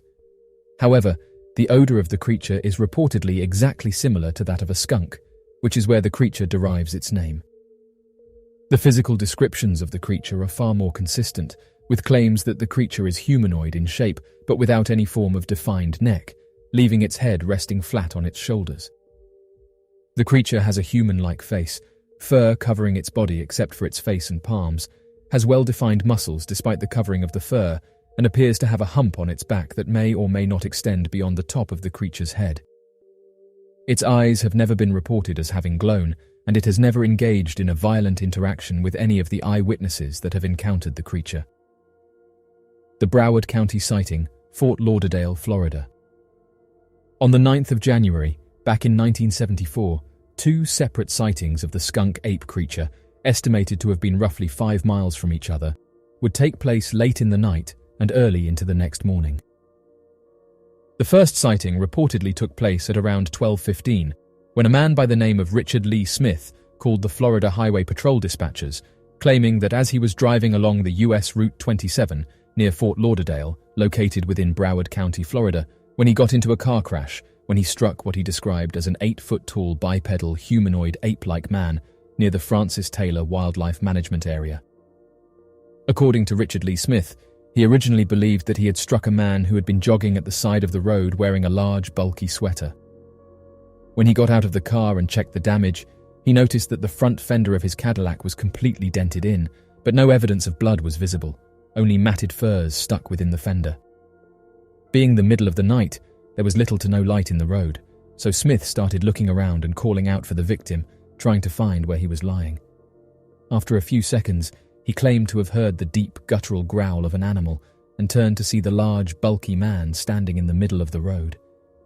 It was at this point that Richard Lee Smith began to realize that the man was no ordinary human, but was a large humanoid ape-like creature, completely covered in fur, towering over him. Fearing for his life, Mr. Smith ran back into his Cadillac and locked the doors. After only a few seconds, the creature then ran up to the car and started attacking it, shaking the car and smashing its fists against the hood of the car while screaming and growling inhuman sounds. In a fit of panic, Richard Lee Smith started his car back up and pressed the gas pedal down as hard as he could to drive away. This caused the creature to become frightened by the sudden revving of the engine, and so then ran into the nearby swamps and disappeared. Immediately after its disappearance, Mr. Smith contacted the local highway patrol, who sent out an officer to reach him within the next 10 minutes. When the officer arrived, a man by the name of M.E. Johnson, Florida highway patrolman, the officer wrote in his report that the driver did not appear to be intoxicated or under the influence of any substances whatsoever, and appeared to have been a reliable witness. The highway patrol officer then collected several hairs that were left hanging on the vehicle's fender, though no information in the modern day is known surrounding the hairs, their whereabouts, or whether or not they had been sent to a lab for scientific analysis. Less than 2 hours later, another reported sighting would be made roughly 5 miles away. At exactly 2 a.m, additional law enforcement officers were sent to investigate the calls of concerned motorists who claimed to have seen a Sasquatch-like creature roaming through the roadways and crossing the lanes. An officer by the name of Robert Holmeyer from the Hialeah Gardens quickly arrived on scene and claimed to have spotted a large, hairy creature walking along the road only 2 miles from the site of the previous investigation. Running towards the creature, the officer noticed that the creature walked with a limp, believing that perhaps it had been injured by the crash and was unable to travel far. However, as the officer continued to approach, the creature disappeared into the nearby trees. Shortly after the sighting, a group of highway patrol officers, a helicopter search crew, and a collection of deputies and sheriffs from both the Broward and Miami-Dade County Sheriff Departments gathered together to conduct a search of the area throughout the early morning. After roughly 6 hours of searching, the team of law enforcement were unable to locate any signs of the creature and called off their investigation shortly after. Oddly enough, information about the investigation and phone calls leaked to the Tampa Tribune, the Miami News, and the Tallahassee Democrat, causing them to run a paper on the incident and investigate the witness claims further. The story would eventually be republished in other major Floridian news outlets like the Miami Herald and other local area newspapers. To this day, the Broward and Miami-Dade law enforcement agencies deny the event and any details surrounding the investigation. Each year, thousands of mysterious reports are made, and what makes the majority of these interesting is the fact that many of them remain a mystery, leaving us to fill in the blanks. People online have been saying that strange objects have been seen above China, prompting witnesses to take photographs and post them online.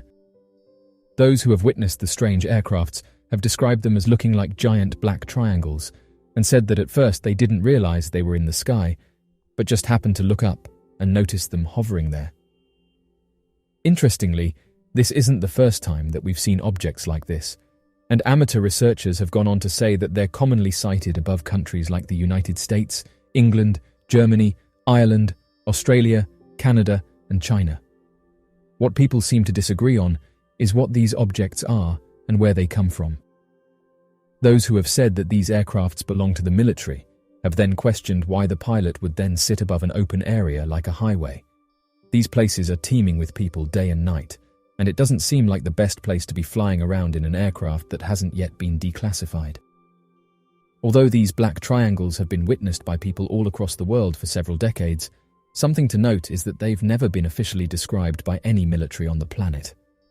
No one has come forward to say that they are behind the sightings, which has caused amateur researchers to put forward their own theories for what they are. These black triangles are associated with mysterious aircrafts. In fact, researchers have said that they are one of the most common unidentified aircrafts reported. Sightings of them typically follow a theme.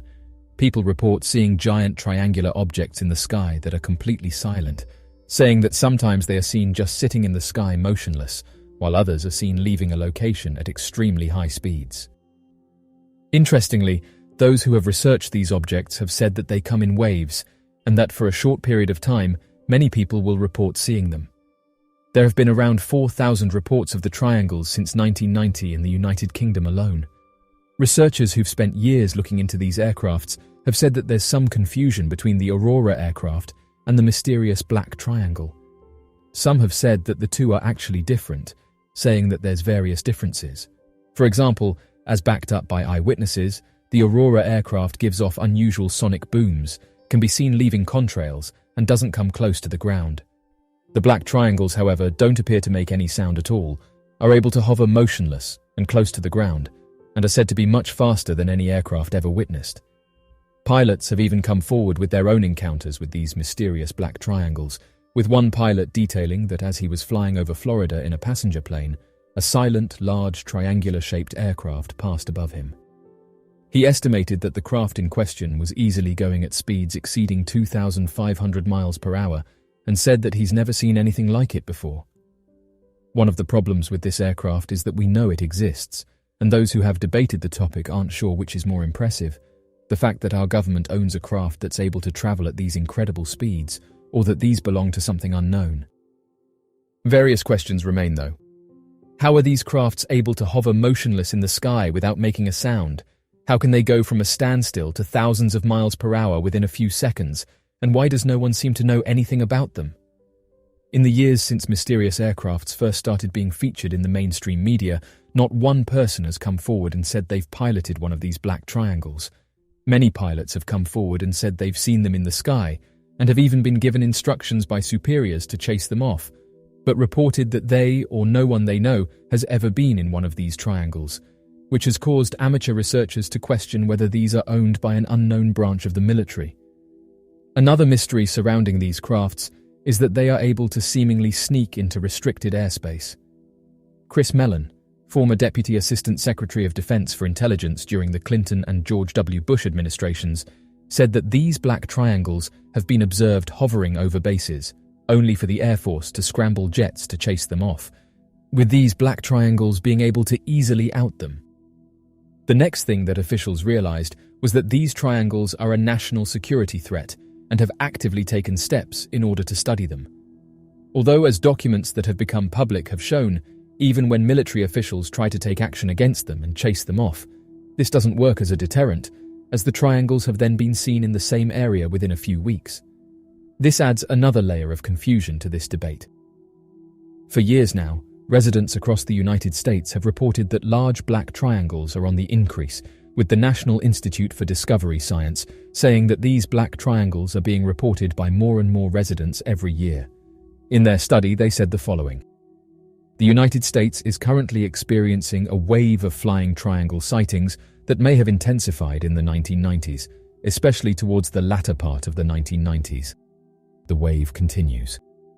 The flying triangles are being openly deployed over and near population centers, including in the vicinity of major interstate highways. End quote.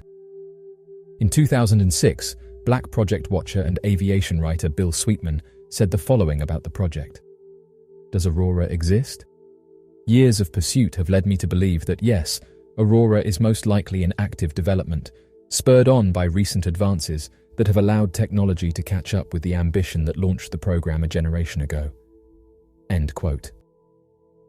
As of right now, the discussion and popularity of mysterious flying aircrafts is at an all-time high. Military officials are actively taking a keen interest in them, and researchers have said that it does seem like we are moving forward in terms of trying to understand what these things are. Although it's taken over 70 years to get to this point, those interested in the topic have said that it's good to see that so many people want answers for what these mysterious aircrafts are, and said that perhaps not too long in the distant future, we may actually get an answer. A worker for the Washington State Department of Transportation noticed something moving on one of their cameras. As they zoomed in, they said they could see what appeared to be a large human walking next to one of the trees, saying that it was much larger than a standard human. They then put out a post on social media, asking if any hikers had seen anything in the area and requested that people be on the lookout. The Washington State Department of Transportation said that it's not a cardboard cutout and it hasn't been photoshopped. The worker said that they've never been up to the camera and that it's an area that doesn't often get visited by hikers. Some suggested that the photographs show a real humanoid creature, while others said that it could be the outline of a tree that's causing an illusion. However, the worker said this wasn't the case. As of right now, whatever this thing was moved on, as there was no other update from the Washington State Department of Transportation. Oddly enough, this isn't the first time that workers have encountered mysterious humanoids, and go on to detail that every so often one of these creatures will show up, leaving those who see it confused. All across North America are reported sightings of the Sasquatch creature, a massive bipedal humanoid giant covered in hair from head to toe, and commonly encountered within or nearby the untamed woods and landscapes found all across the United States and Canada. Oddly enough, not every state or local area across North America refers to the creature as Sasquatch. More commonly, local legends will feature similar descriptions of the creature, but with slight variations in its design alongside differing names.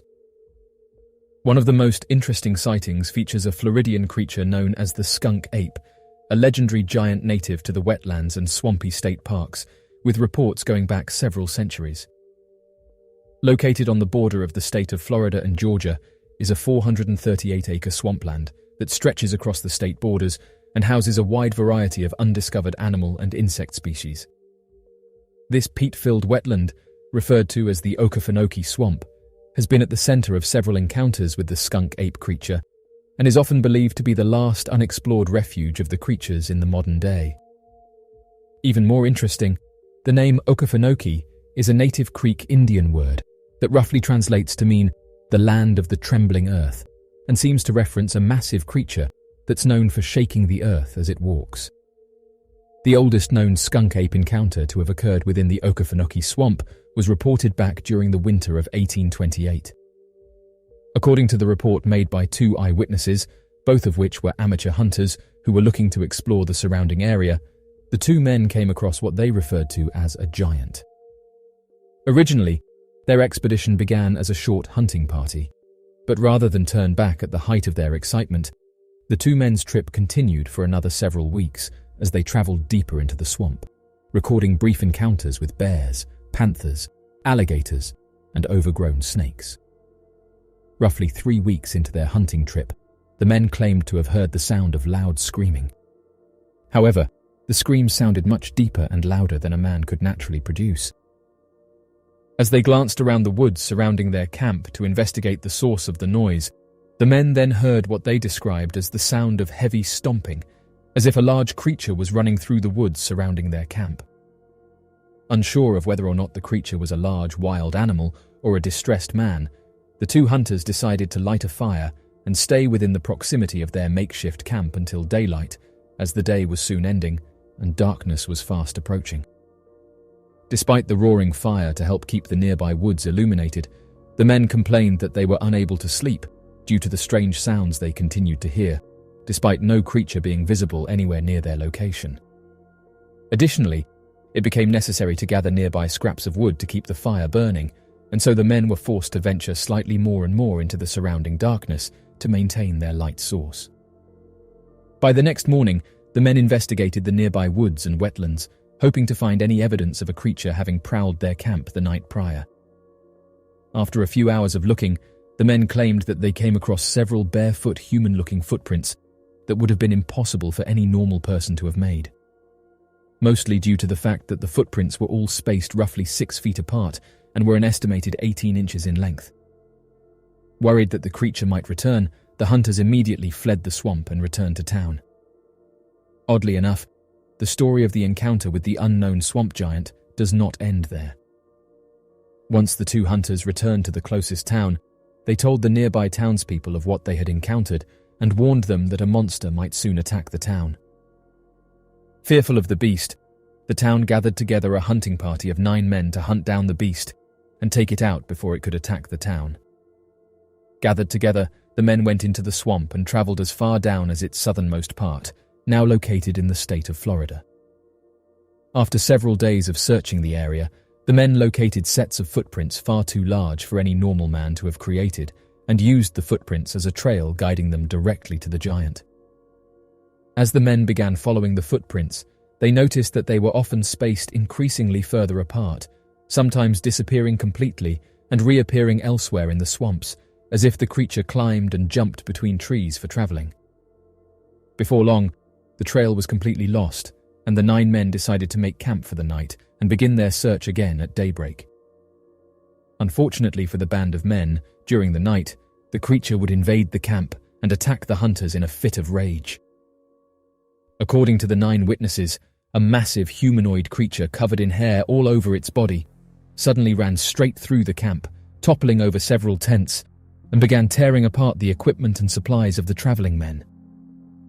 Fearing for their lives, the men grabbed their weapons and fired at the creature, causing the giant to retaliate by overpowering the men and defeating 5 members of the party, tossing their limp bodies several feet as if they weighed next to nothing.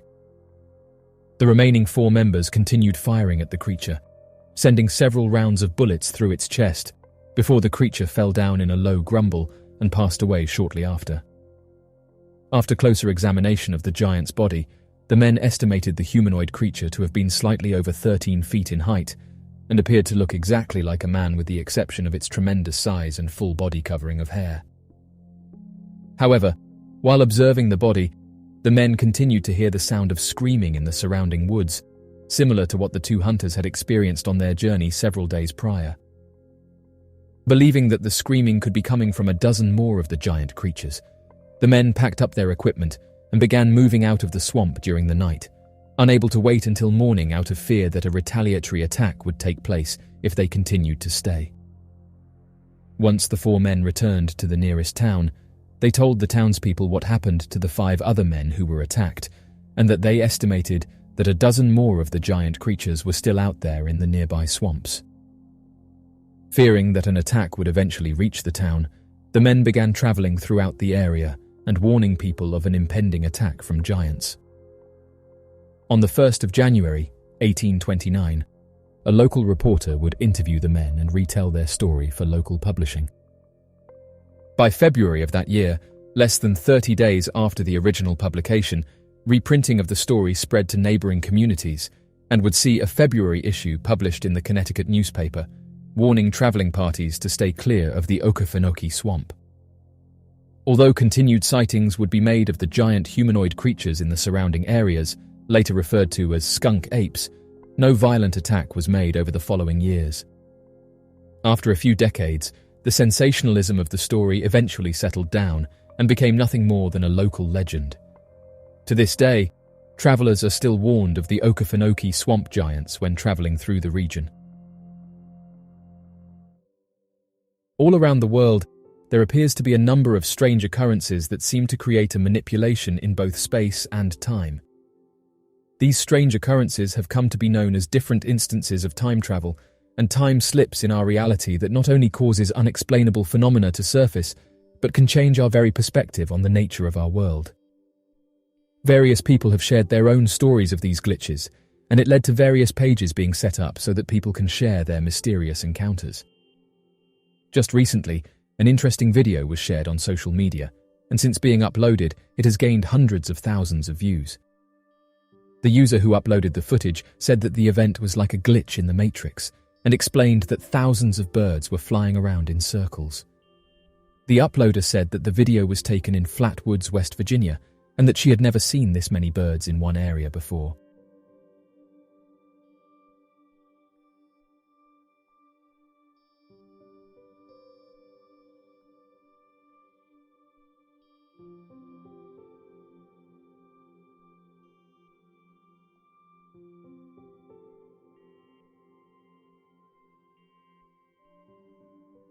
Those who saw the video said that the birds looked disorientated.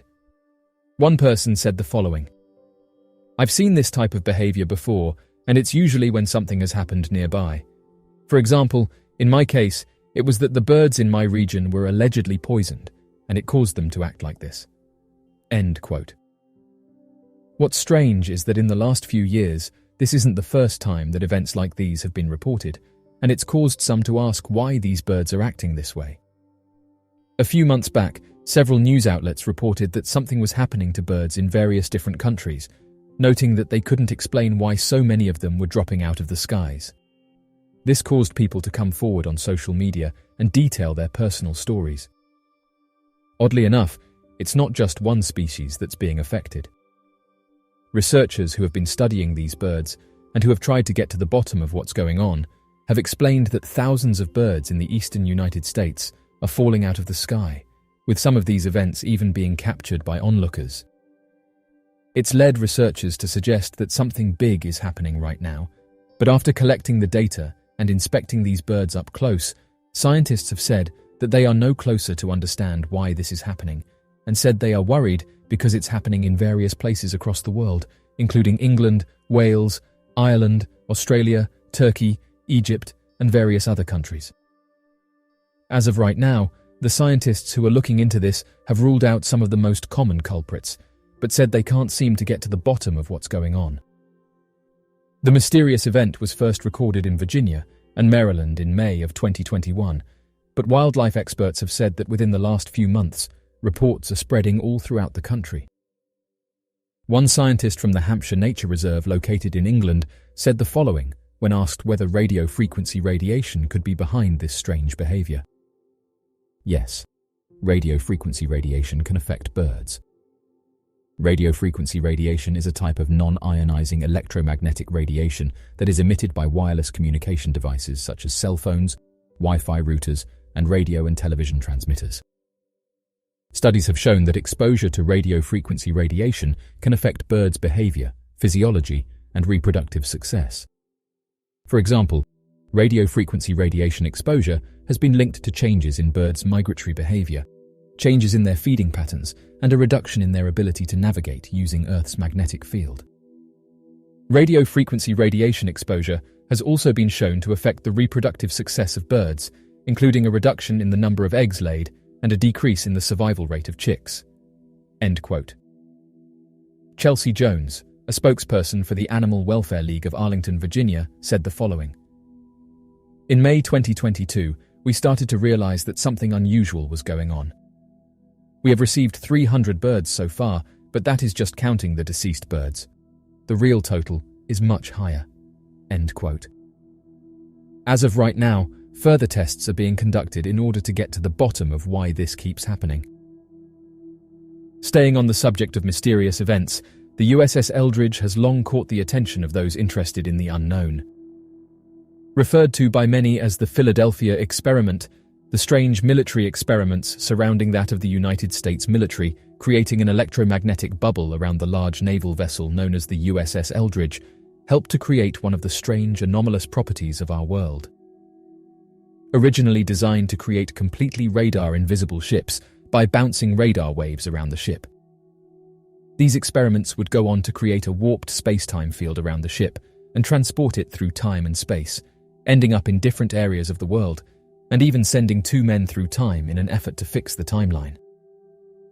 Although the stories surrounding the Philadelphia experiment span many different accounts and decades worth of government cover-up and intervention, it eventually led to one of the men sent through time, Ed Cameron, coming into contact with humans of the far future as they were preparing to stop a cataclysmic event that was thought to be able to wipe out all life on the planet.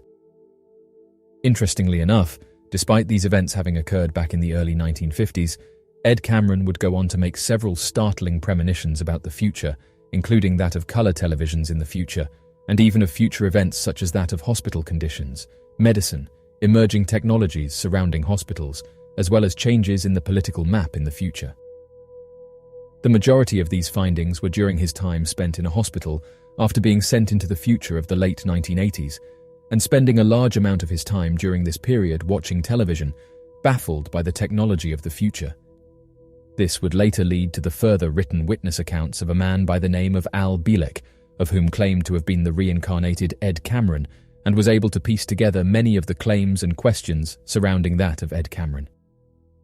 He would go on to create a 3-hour-long tell-all video that he would post to YouTube before his passing, in which he not only further explained the science behind the Philadelphia experiment, but went into the strange future sightings of humanity, as well as the terrible cataclysmic event that is believed to occur in the year 2843, that will end all life on our planet as we know it. A discovered 1.8 billion-year-old nuclear reactor. Back in 1972, when a large amount of uranium ore was mined from the Oklo mine located out in the country of Gabon, a small nation found in Central Africa, scientists began to test the uranium deposits to catalogue the amount of recovered uranium-235 that was gathered from the site and could be used for ongoing efforts of nuclear fission and nuclear reactors. Unfortunately, they quickly realised that a substantial amount of uranium-235 was missing from the ore deposits, as uranium-235 naturally forms a solid concentration of 0.072%, but found a significant amount lacking from the mined minerals. As they investigated the situation, believing that perhaps more than 200 kilograms had been stolen, they quickly realised that located near the mined location was the perfect conditions to form a believed to be naturally forming nuclear reactor that is dated to be roughly 1.8 billion years old. Scientists claim that the uranium ore was used up when a naturally formed cavern using groundwater to help stabilise the nuclear reaction was discovered underground. Theorists, however, have an alternative explanation. Given the fact that the specifications required to form a naturally made nuclear reactor require specific storage of the uranium-235, the continued influx of water and a number of steps to prevent the compounds from becoming superheated, it is believed that the location is not naturally formed and rather the use of a primitive nuclear reactor by time-travelling humans needed to create a substantial amount of energy. Today, the claim is widely debated as one of the key pieces of evidence of time-travelling humans and their influence on the past. Are shadow people time travellers? Shadow people sound a bit creepy, right? They are defined as supernatural shadow-like humanoid figures that, according to believers, are seen flickering on walls and ceilings in the viewer's peripheral vision. Shadow people are considered as entities of the underworld, but those who have experienced them are not sure whether they are evil, helpful, or just there. Scientists have tried to offer explanations for the phenomena. For example, some researchers conclude that seeing shadow figures are simply symptoms of sleep paralysis or deprivation, and others have noted that drug addicts are more likely to experience these sorts of hallucinations. Alternatively, they can simply be the mind playing tricks on somebody who's experiencing a heightened sense of alert, for example, when you're walking down a dark alley at night. However, some people are convinced that shadow people are actually apparitions of time travelers.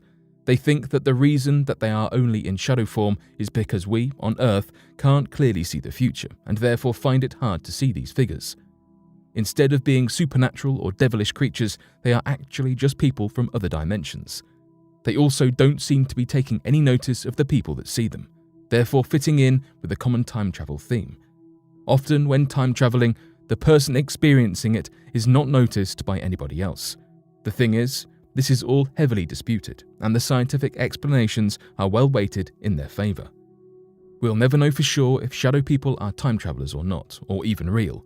But one thing is for sure, the human imagination is a powerful thing. Time travel sounds amazing, and if the people we've spoken about today did experience another dimension, then in some ways they are incredibly lucky. Just imagine what we could do for the world if we could access information from the future. We could cure diseases, save the environment, and prevent wars. Time travel is something that everybody has thought about from time to time, and if it is one day developed and isn't just something out of a sci-fi movie, then we reckon that the human race is in for a bewildering experience. A mysterious creature was captured on a motorway camera in England.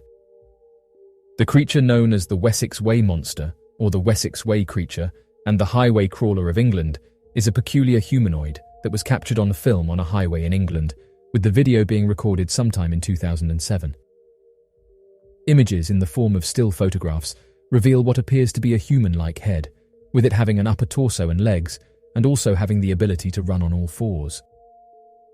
Interestingly, after this footage was released, it was reported that locals in the area said that police started to investigate the area, and that further sightings were made by people who allegedly saw a four-legged creature that had a strong resemblance to a werewolf. Investigations that were carried out after the footage was released didn't yield many answers, but strangely, some came forward and detailed that throughout the early 2000s, they had seen bizarre creatures roaming throughout the area. The eyewitnesses said that the creature looked like a werewolf or a large, hairy humanoid and had the ability to travel at extreme speeds, often being witnessed leaving an area before anyone could take a high-quality photograph. Due to the fast speeds of the creature, it led some to suggest that the creature wasn't anything natural, as at the time some were suggesting that the creature could have been a baby deer crossing the road, but others took screenshots of the creature and said that it didn't appear to look like any of the local wildlife, highlighting that this creature had what appeared to be arms and legs. One officer allegedly came forward and detailed that they had seen strange creatures throughout the Wessex Way region, noting that this location in Devon is home to many strange creatures, and that residents have been coming forward for years and describing their mysterious encounters. One eyewitness by the name of Mrs. Green said that she saw a creature that closely resembled the Wessex Way monster and described it as a large, bipedal, canine-like creature with powerful, muscular legs, broad shoulders, and a pointed snout.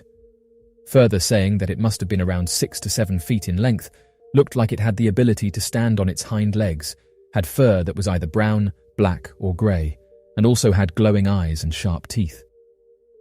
As of right now, we have very little information to go by, and because the sightings happened over 10 years ago, it's been hard to track down any potential eyewitnesses who may have seen the creature. Interestingly enough, those who did see it suggested that it may have been the Dogman creature. One of the earliest known reports of Dogman encounters across North America would first be reported near the small town of Elkhorn, Wisconsin, after a series of sightings were made featuring a creature later referred to by the town as the Beast of Bray Road. Although this strange creature is now recorded as one of the most well-known creatures of the area, the original encounters and legends of the creature, dating back to the later 1980s or early 1990s, contain eerie similarities with more commonly reported Dogman sightings of more recent years. On the night of the 31st of October, back in 1999, a young 18-year-old woman, known as Doristine Gibson, reportedly witnessed what she described as a humanoid bipedal creature covered from head to toe in fur that wrapped around its entire body. According to the eyewitness, she had been driving along Wisconsin's Bray Road, a long stretch of road that resides roughly 3 miles east of the small town of Elkhorn, Wisconsin. As she was driving along the road, she claimed to have seen several animals running at the side of the street, most likely fleeing a large predator in the area.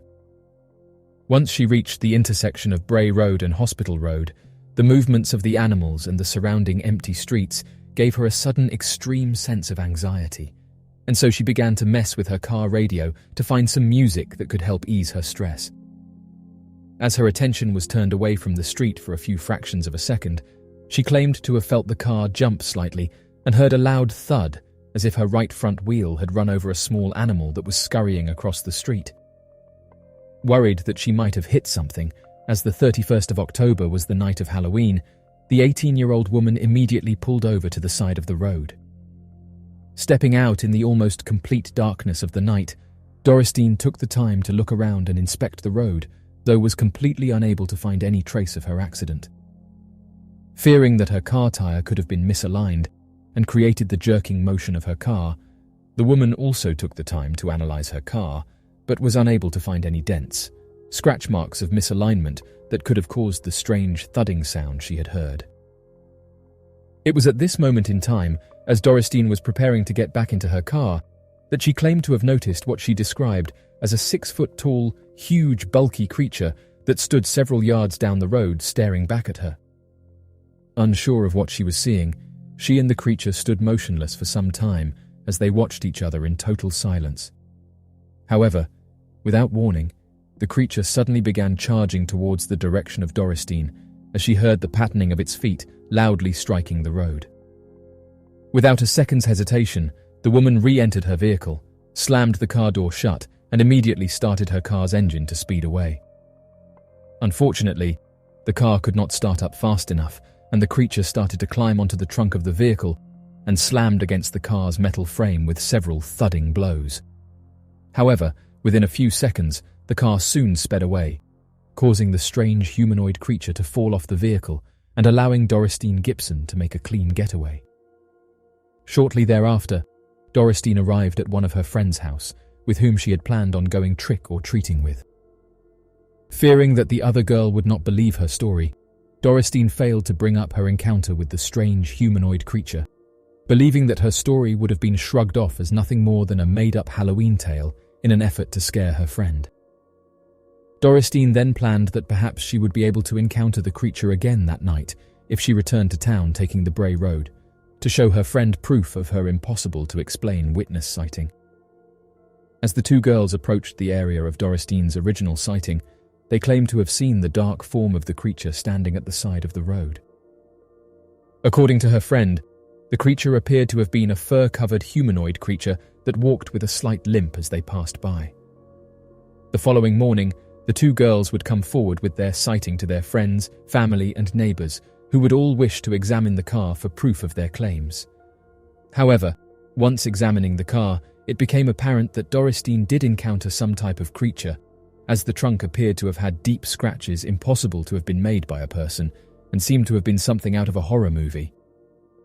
Although Gibson and the other girl claimed to have possibly encountered a Sasquatch creature, many residents of Wisconsin soon came forward with their stories about an unknown humanoid creature that helped to shed light on the encounter, though failed to accurately explain what exactly was stalking the nearby town of Elkhorn.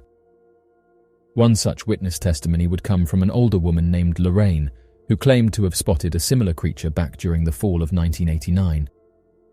According to Lorraine, she had been working as the manager of a local business, forcing her to stay late to help close up the store at the end of the day.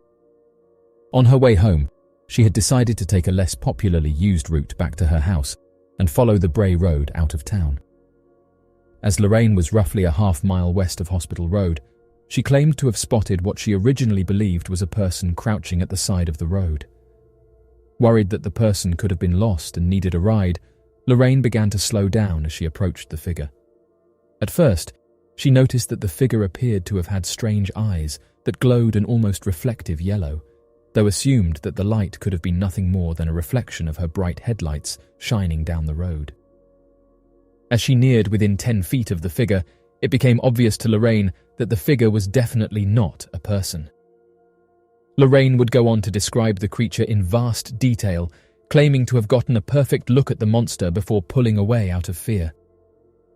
The creature was described as being a large, hairy beast, featuring a human-like body, large barreled chest and strong humanoid arms, with dark greyish-brown fur that wrapped around its entire body, while possessing an anatomically correct wolf-like face with pointed standing ears that ended in a long pointed snout with massive fang-like teeth that were clearly visible from a distance. In the creature's hands, Lorraine claimed to have seen what looked like smashed roadkill with its entrails sticking out. Due to the popularity of the stories reported by Dorothy and Lorraine, a local newspaper reporter by the name of Linda Godfrey had been alerted to the strange rumors of a supernatural werewolf creature and began a private investigation into the sightings that would later be published in the Walworth County Week, local newspaper. It was at around this time that the story of a wolf-like monster prowling around Bray Road would reach the height of its popularity, with local residents referring to the creature as the Beast of Bray Road, causing several more independent eyewitnesses to come forward about their encounters with a strange creature without fear of ridicule. The first eyewitness, a local resident by the name of Scott Bray, who owned a small private farm near the Bray Road and whose family name had inspired the naming of the nearby road, claimed to have seen what he described as a large wolf-like creature, estimated to have been the size of a bear prowling around the edges of his property. According to Scott Bray, he first spotted the creature sniffing around his pasture field, adjacent to his dairy farm. He claimed that the creature was much larger than a typical wolf and had dog-like qualities in its face, with dark greyish-brown fur, tall pointed ears and a long thick tail. Worried that the creature was stalking to make an attack against one of his dairy cows, Bray went towards the creature while armed. Once the creature spotted Bray, it immediately turned away and ran. The next day, Scott Bray inspected the area where the wolf had been sighted and discovered large dog-like paw prints, much too large to have been a typical dog or wolf, mixed with human-like handprints scattered throughout the area.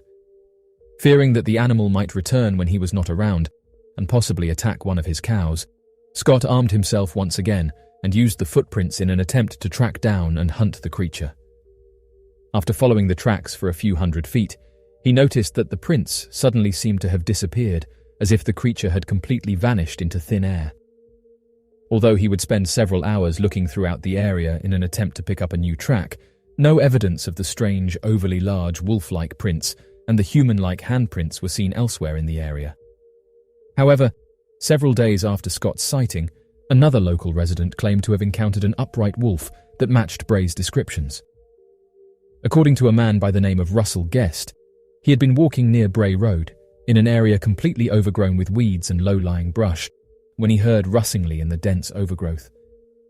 Wondering what could have been making the noise, Guest began investigating the area and shouting out loud, fearing that perhaps a large animal was lurking nearby, slowly waiting to attack him while he was unaware of his surroundings. After several more shouts, Guest claimed to have seen a large dog-like creature suddenly stand up out of the nearby bushes while walking slowly towards him on its hind legs. According to Russell Guest, the creature stood at a height slightly taller than 5 feet and possessed wide shoulders and was completely covered in dark fur. To this day, more than 50 independent sightings of the creature have been reported surrounding the small town of Elkhorn, and many hundreds more sightings of dogman-like creatures have been reported all across North America. Interestingly, in the last few months, various people across the world have reported seeing unidentified objects falling slowly to the ground, leaving a large trail of smoke. This in turn has caused eyewitnesses to call police and report that something is in distress. Investigators who arrive on the scene, thinking that it's a plane and that they will need further assistance, are surprised to find nothing in the area to indicate that something was in trouble. One of these objects was recently spotted above England, with footage showing a large object leaving behind a smoke trail. Those who saw it detailed that it looked as though something was on fire, and described it as an unidentified object that was dark in colour. One resident by the name of Miss Jeffries was able to capture clear photographs of the incident. She said the following: "This is what we captured on the same day and time. We live in Hilperton, Trowbridge. We too thought it was an aircraft, but what grabbed our attention was how it was falling vertically straight down at such a slow speed. It was just bizarre. I would love to find out what it was. It was the strangest thing we have ever seen." My friend's husband said the International Space Station crew were docking that day, so perhaps it could be debris from that. There was something so strange about it that we stopped to watch. I didn't want to worry my children, so before taking photographs, I just said it could be something amazing falling from space. I think that's why my son didn't seem at all worried. My youngest did come downstairs at bedtime crying because he was frightened not knowing what it was. He calmed down eventually." End quote. Interestingly, other people living close to the area said that they also witnessed it, and again described the object as falling slowly, but said that they couldn't make out what the object was. A man by the name of Mr. Craddock said that the mysterious object fell for over 20 minutes, and that the vapour trail it was giving off was a dark black colour. He said that his friends in London also saw the object. One police officer commented on a post that shared the photograph and said the following: "This incident was investigated by officers in the region, and although we could see an object falling to the ground, no one came forward to report a crash. Sometimes these objects can be explained away as things like skydivers or even aeroplanes, but in this case, it did look like something was falling to the ground. My family that lives 25 miles away sent me photographs of the event, and I have to admit, I've never seen anything like it before. It was very bizarre." End quote. Shortly after the photographs were released online, a worker from the United Kingdom's aviation unit said that it was most likely a plane, and that due to the angle of it, the object appeared to be falling from the sky. Many didn't buy this explanation, though, and said that for the past few years these strange objects have been reported across countries. Oddly enough, after looking through gathered data, researchers have said that the United Kingdom is a hotspot when it comes to mysterious sightings, and detail that hundreds of mysterious aircrafts have been spotted since the early 1940s, which has caused officials to conduct further research into the aircrafts to try and determine what they are and where they're coming from. The mysterious surveillance object. On the 5th of August, back in 2010, the Royal Air Force released a series of documents surrounding reported sightings of unidentified objects, with additional documentation about a specific incident 50 years prior, that Winston Churchill himself banned the reporting of, out of fear that the story could create mass panic and lead to the degradation of society. The banned reports claim that on the 5th of August back in 1944, a Royal Air Force reconnaissance aircraft was returning from an undisclosed surveillance mission from France or Germany. However, while travelling over the English coastline, the surveillance crew claimed to have been suddenly intercepted by what each crew member described as a peculiar metallic object that began to match their aircraft's course and speed alongside them, before the object quickly accelerated into the distance and disappeared entirely. As the craft had hovered alongside their plane, several members of the crew rapidly began taking a series of photographs of the object to later verify their claims, as they possessed the equipment necessary to take higher quality images and gather sensitive data of enemy aircraft. However, as they began this documentation, they claimed that something appeared to be off about the unidentified object, as the unknown craft appeared to emit no sound or use any form of known propulsion to generate its lift. According to the released documents, any proof of the object gathered by the team has been completely destroyed or lost. Given this strange development, many believe that the event was covered up in its entirety, with researchers coming forward, including one man that wrote to the government back in 1999, claiming that his father had overheard the event while in a meeting alongside Winston Churchill and the then American President Dwight D. Eisenhower. The United Kingdom has investigated mysterious aircrafts in the past. The most well-known investigation was known as Project Condeen, which was conducted by the British Ministry of Defence's intelligence staff between 1997 and 2000. The purpose of the investigation was to determine whether these mysterious aircraft sightings posed a threat to national security, and whether they could be attributed to any known technology or natural phenomena. The Project Condeen report, which was released to the public in 2006, concluded that the majority of sightings could be attributed to misidentifications of known objects or phenomena, such as aircraft, balloons, or meteorological events. However, the report also acknowledged that a small percentage of sightings could not be easily explained and might require further investigation. The British Ministry of Defence also maintained a reporting and investigation system called the Unidentified Object Desk until it was closed in 2009.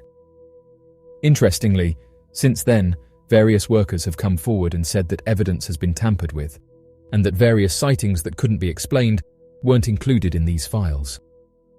As of right now, the British Ministry of Defence has stated that it would continue to investigate any credible reports of mysterious aircrafts that might have national security implications. Trail cameras are used primarily for wildlife monitoring and surveillance.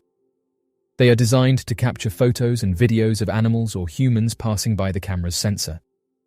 Trail cameras are often used by landowners, researchers, and wildlife enthusiasts to observe animal behavior, track animal movements, and identify potential hunting areas.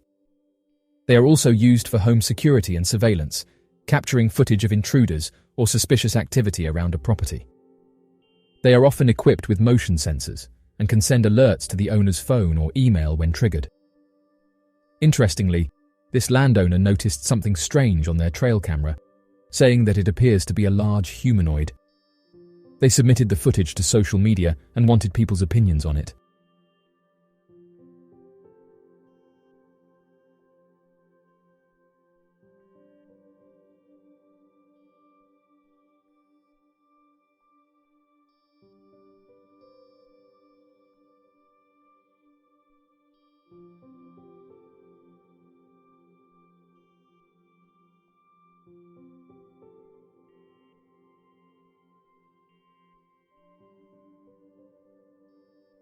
Those who saw the footage said that it looks like a large humanoid and matches typical descriptions of creatures that have been sighted throughout North America.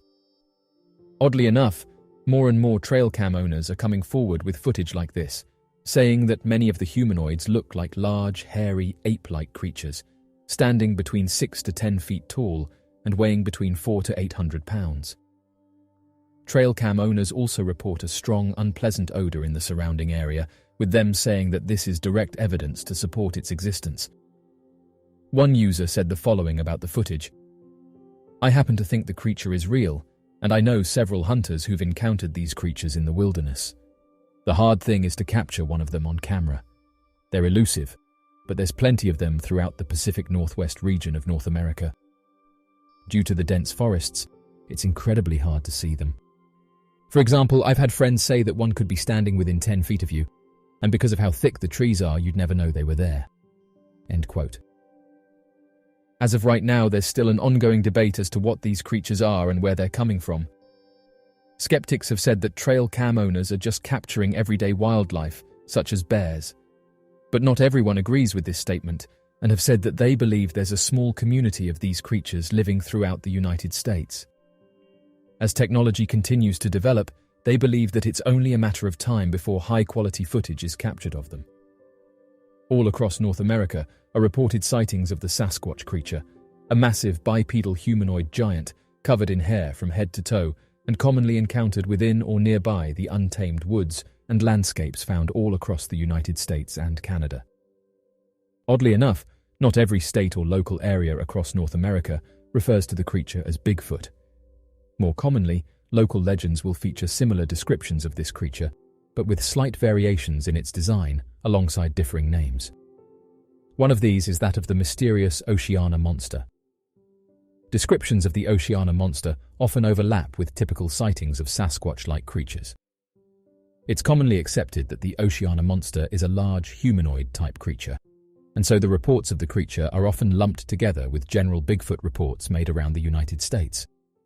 However, the average sightings of the Oceana monster are typically only reported around the town of Oceana, located within the state of West Virginia, and add the atypical description that the creature is different from average sightings due to its scream that has often been compared to the hideous yell of a baby crying or cats fighting.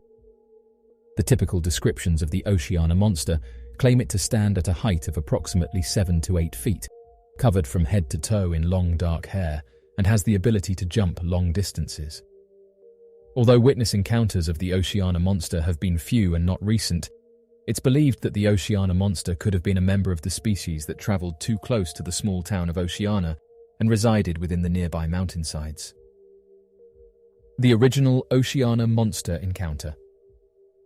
Located within the state of West Virginia, the small coal mining town of Oceana was at the center of economic devastation during the rise of the Wyoming coal mines during the late 1970s and early 1980s. This economic devastation led to a general feeling of anxiety for many of the town's residents, causing a sharp increase in reports surrounding strange sightings and otherworldly encounters, though often dismissed by the local police station. It was not until the 14th of August, back in 1978, that the reports of otherworldly encounters would be treated more seriously by the Ocean Police Department. According to the written account of Officer Patrolman Bill Pritt, he would directly have an encounter with a large humanoid-like entity, later referred to as the Oceana monster. The witness report claims that while Patrolman Pitt was working between the early hours of 7 in the evening and 7 in the morning, he had received a call from the police dispatcher claiming that neighbors could hear the sound of a baby screaming in the night. Taking the call, Officer Bill Pritt traveled to the neighborhood, located near the Oceana Town Hall, and turned onto Monroe Street, in the general direction of the call's origin. Approaching the closest home, a small mobile home located at the edge of Monroe Street, he spoke with the homeowner who claimed to have heard the sound of screaming, but that it was definitely unlike anything human, comparing it to a hideous scream that frightened him into his home. After talking to another resident of the home, who claimed that the sound of the screaming could have come from a group of wild cats fighting, the officer began searching the area for fur marks to have provided evidence for such a claim. Unable to find anything, the officer went to approach another nearby home when he suddenly heard what he described as a hideous echoing squall emanating from down the street. Immediately, Patrolman Pritt entered his police cruiser and drove down the street headed towards the Clear Fork River to investigate, believing that the screaming could have been coming from a homeless man. As the officer was driving down the street, he noticed the silhouette of a person standing underneath a streetlight at the corner of Monroe Street and Willow Avenue. Exiting his car, he called to the man who appeared to be doubled over in pain and screaming the inhuman scream. As he called to the man, he noticed the person slowly stand at full height, rising to a standing position and turning to face him. It was at this moment that the patrolman realized that the man underneath the streetlight was actually an inhuman humanoid bipedal creature, covered from head to toe in dark hair and standing at a height of over 7 feet tall. Suddenly, the creature screamed again and began running towards the officer in a menacing fashion, as if preparing to attack the officer in the middle of the street. Fearing for his life, the officer pulled out his service weapon and loaded 1 round into the belly of the monster. The creature stopped abruptly, then quickly turned around and began to run away in the opposite direction of the officer without any noticeable injury of any kind, heading down Monroe Street towards the Clear Fork River. Patrolman Bill Pritt, who was now in a state of shock, ran to his vehicle and radioed to dispatch, requesting additional backup for his location on the corner next to the Johnny Aliff residence. Immediately thereafter, Officer Pritt jumped back into his police cruiser and began following the creature, relaying his position over the radio, and he pursued the creature. Spotting it once more at the bank of the river, the officer exited his vehicle and began to chase the creature on foot when he noticed that it was already standing on the opposite side of the bank. At first, the officer was confused how the creature had already crossed the river, given that he heard no splashing, and it appeared as if the creature was completely dry. On later recollection, the officer claimed that the creature must have swam the length of the river in less than 30 seconds, as it would have been impossible to have jumped across the length of the river, which totaled roughly 60 to 75 feet in width.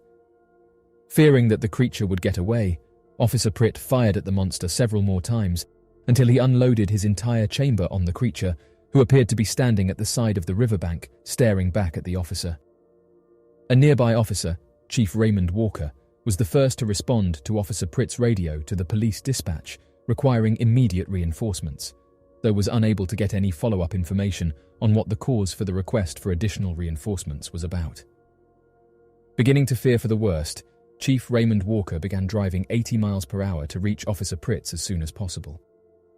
Once approaching the area of Monroe Street, Chief Raymond Walker could hear the shots from Pritt's revolver, claiming that the encounter sounded like a full-on firefight down by the riverbank. Without hesitation, Chief Raymond Walker drove up to the bank, exited his vehicle, and ran down to where Officer Pritt was standing, reportedly seeing the officer dry firing his weapon in a direction towards some brush across the riverbank. When the chief asked Pritt what was going on, the officer replied that there was a monster on the other side of the bank and to fire at it. It was at this moment that the chief claimed to have seen the brush begin to move and a large creature standing at the other side of the river. Unsure of what the creature could have been, the chief fired 4 warning shots into the air. The sound of the assault rifle sent the creature running up the mountainside and disappearing from view. Once gone, the chief led Patrolman Pritt back to his vehicle and attempted to cover up the incident to prevent people from asking too many questions. However, by 6:38 in the morning, citizens began investigating the matter on their own, looking for evidence of the creature, as some of the nearby residents had heard the screams and seen the encounter.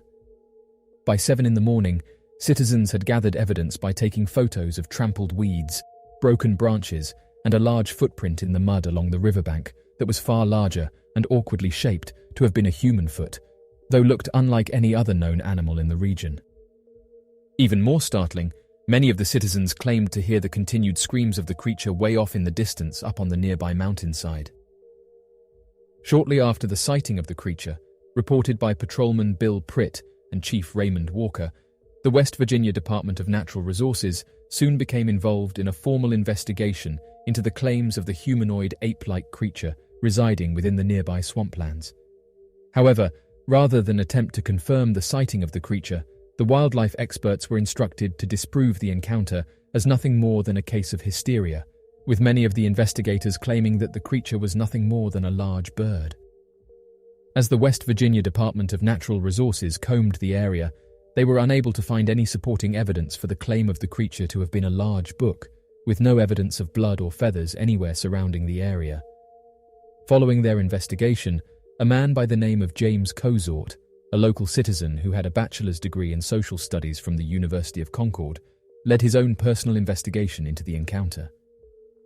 After traveling to the side of the riverbank, James Cozort began collecting several photographs of the scene to try to piece together the movement of the creature through the surrounding brush.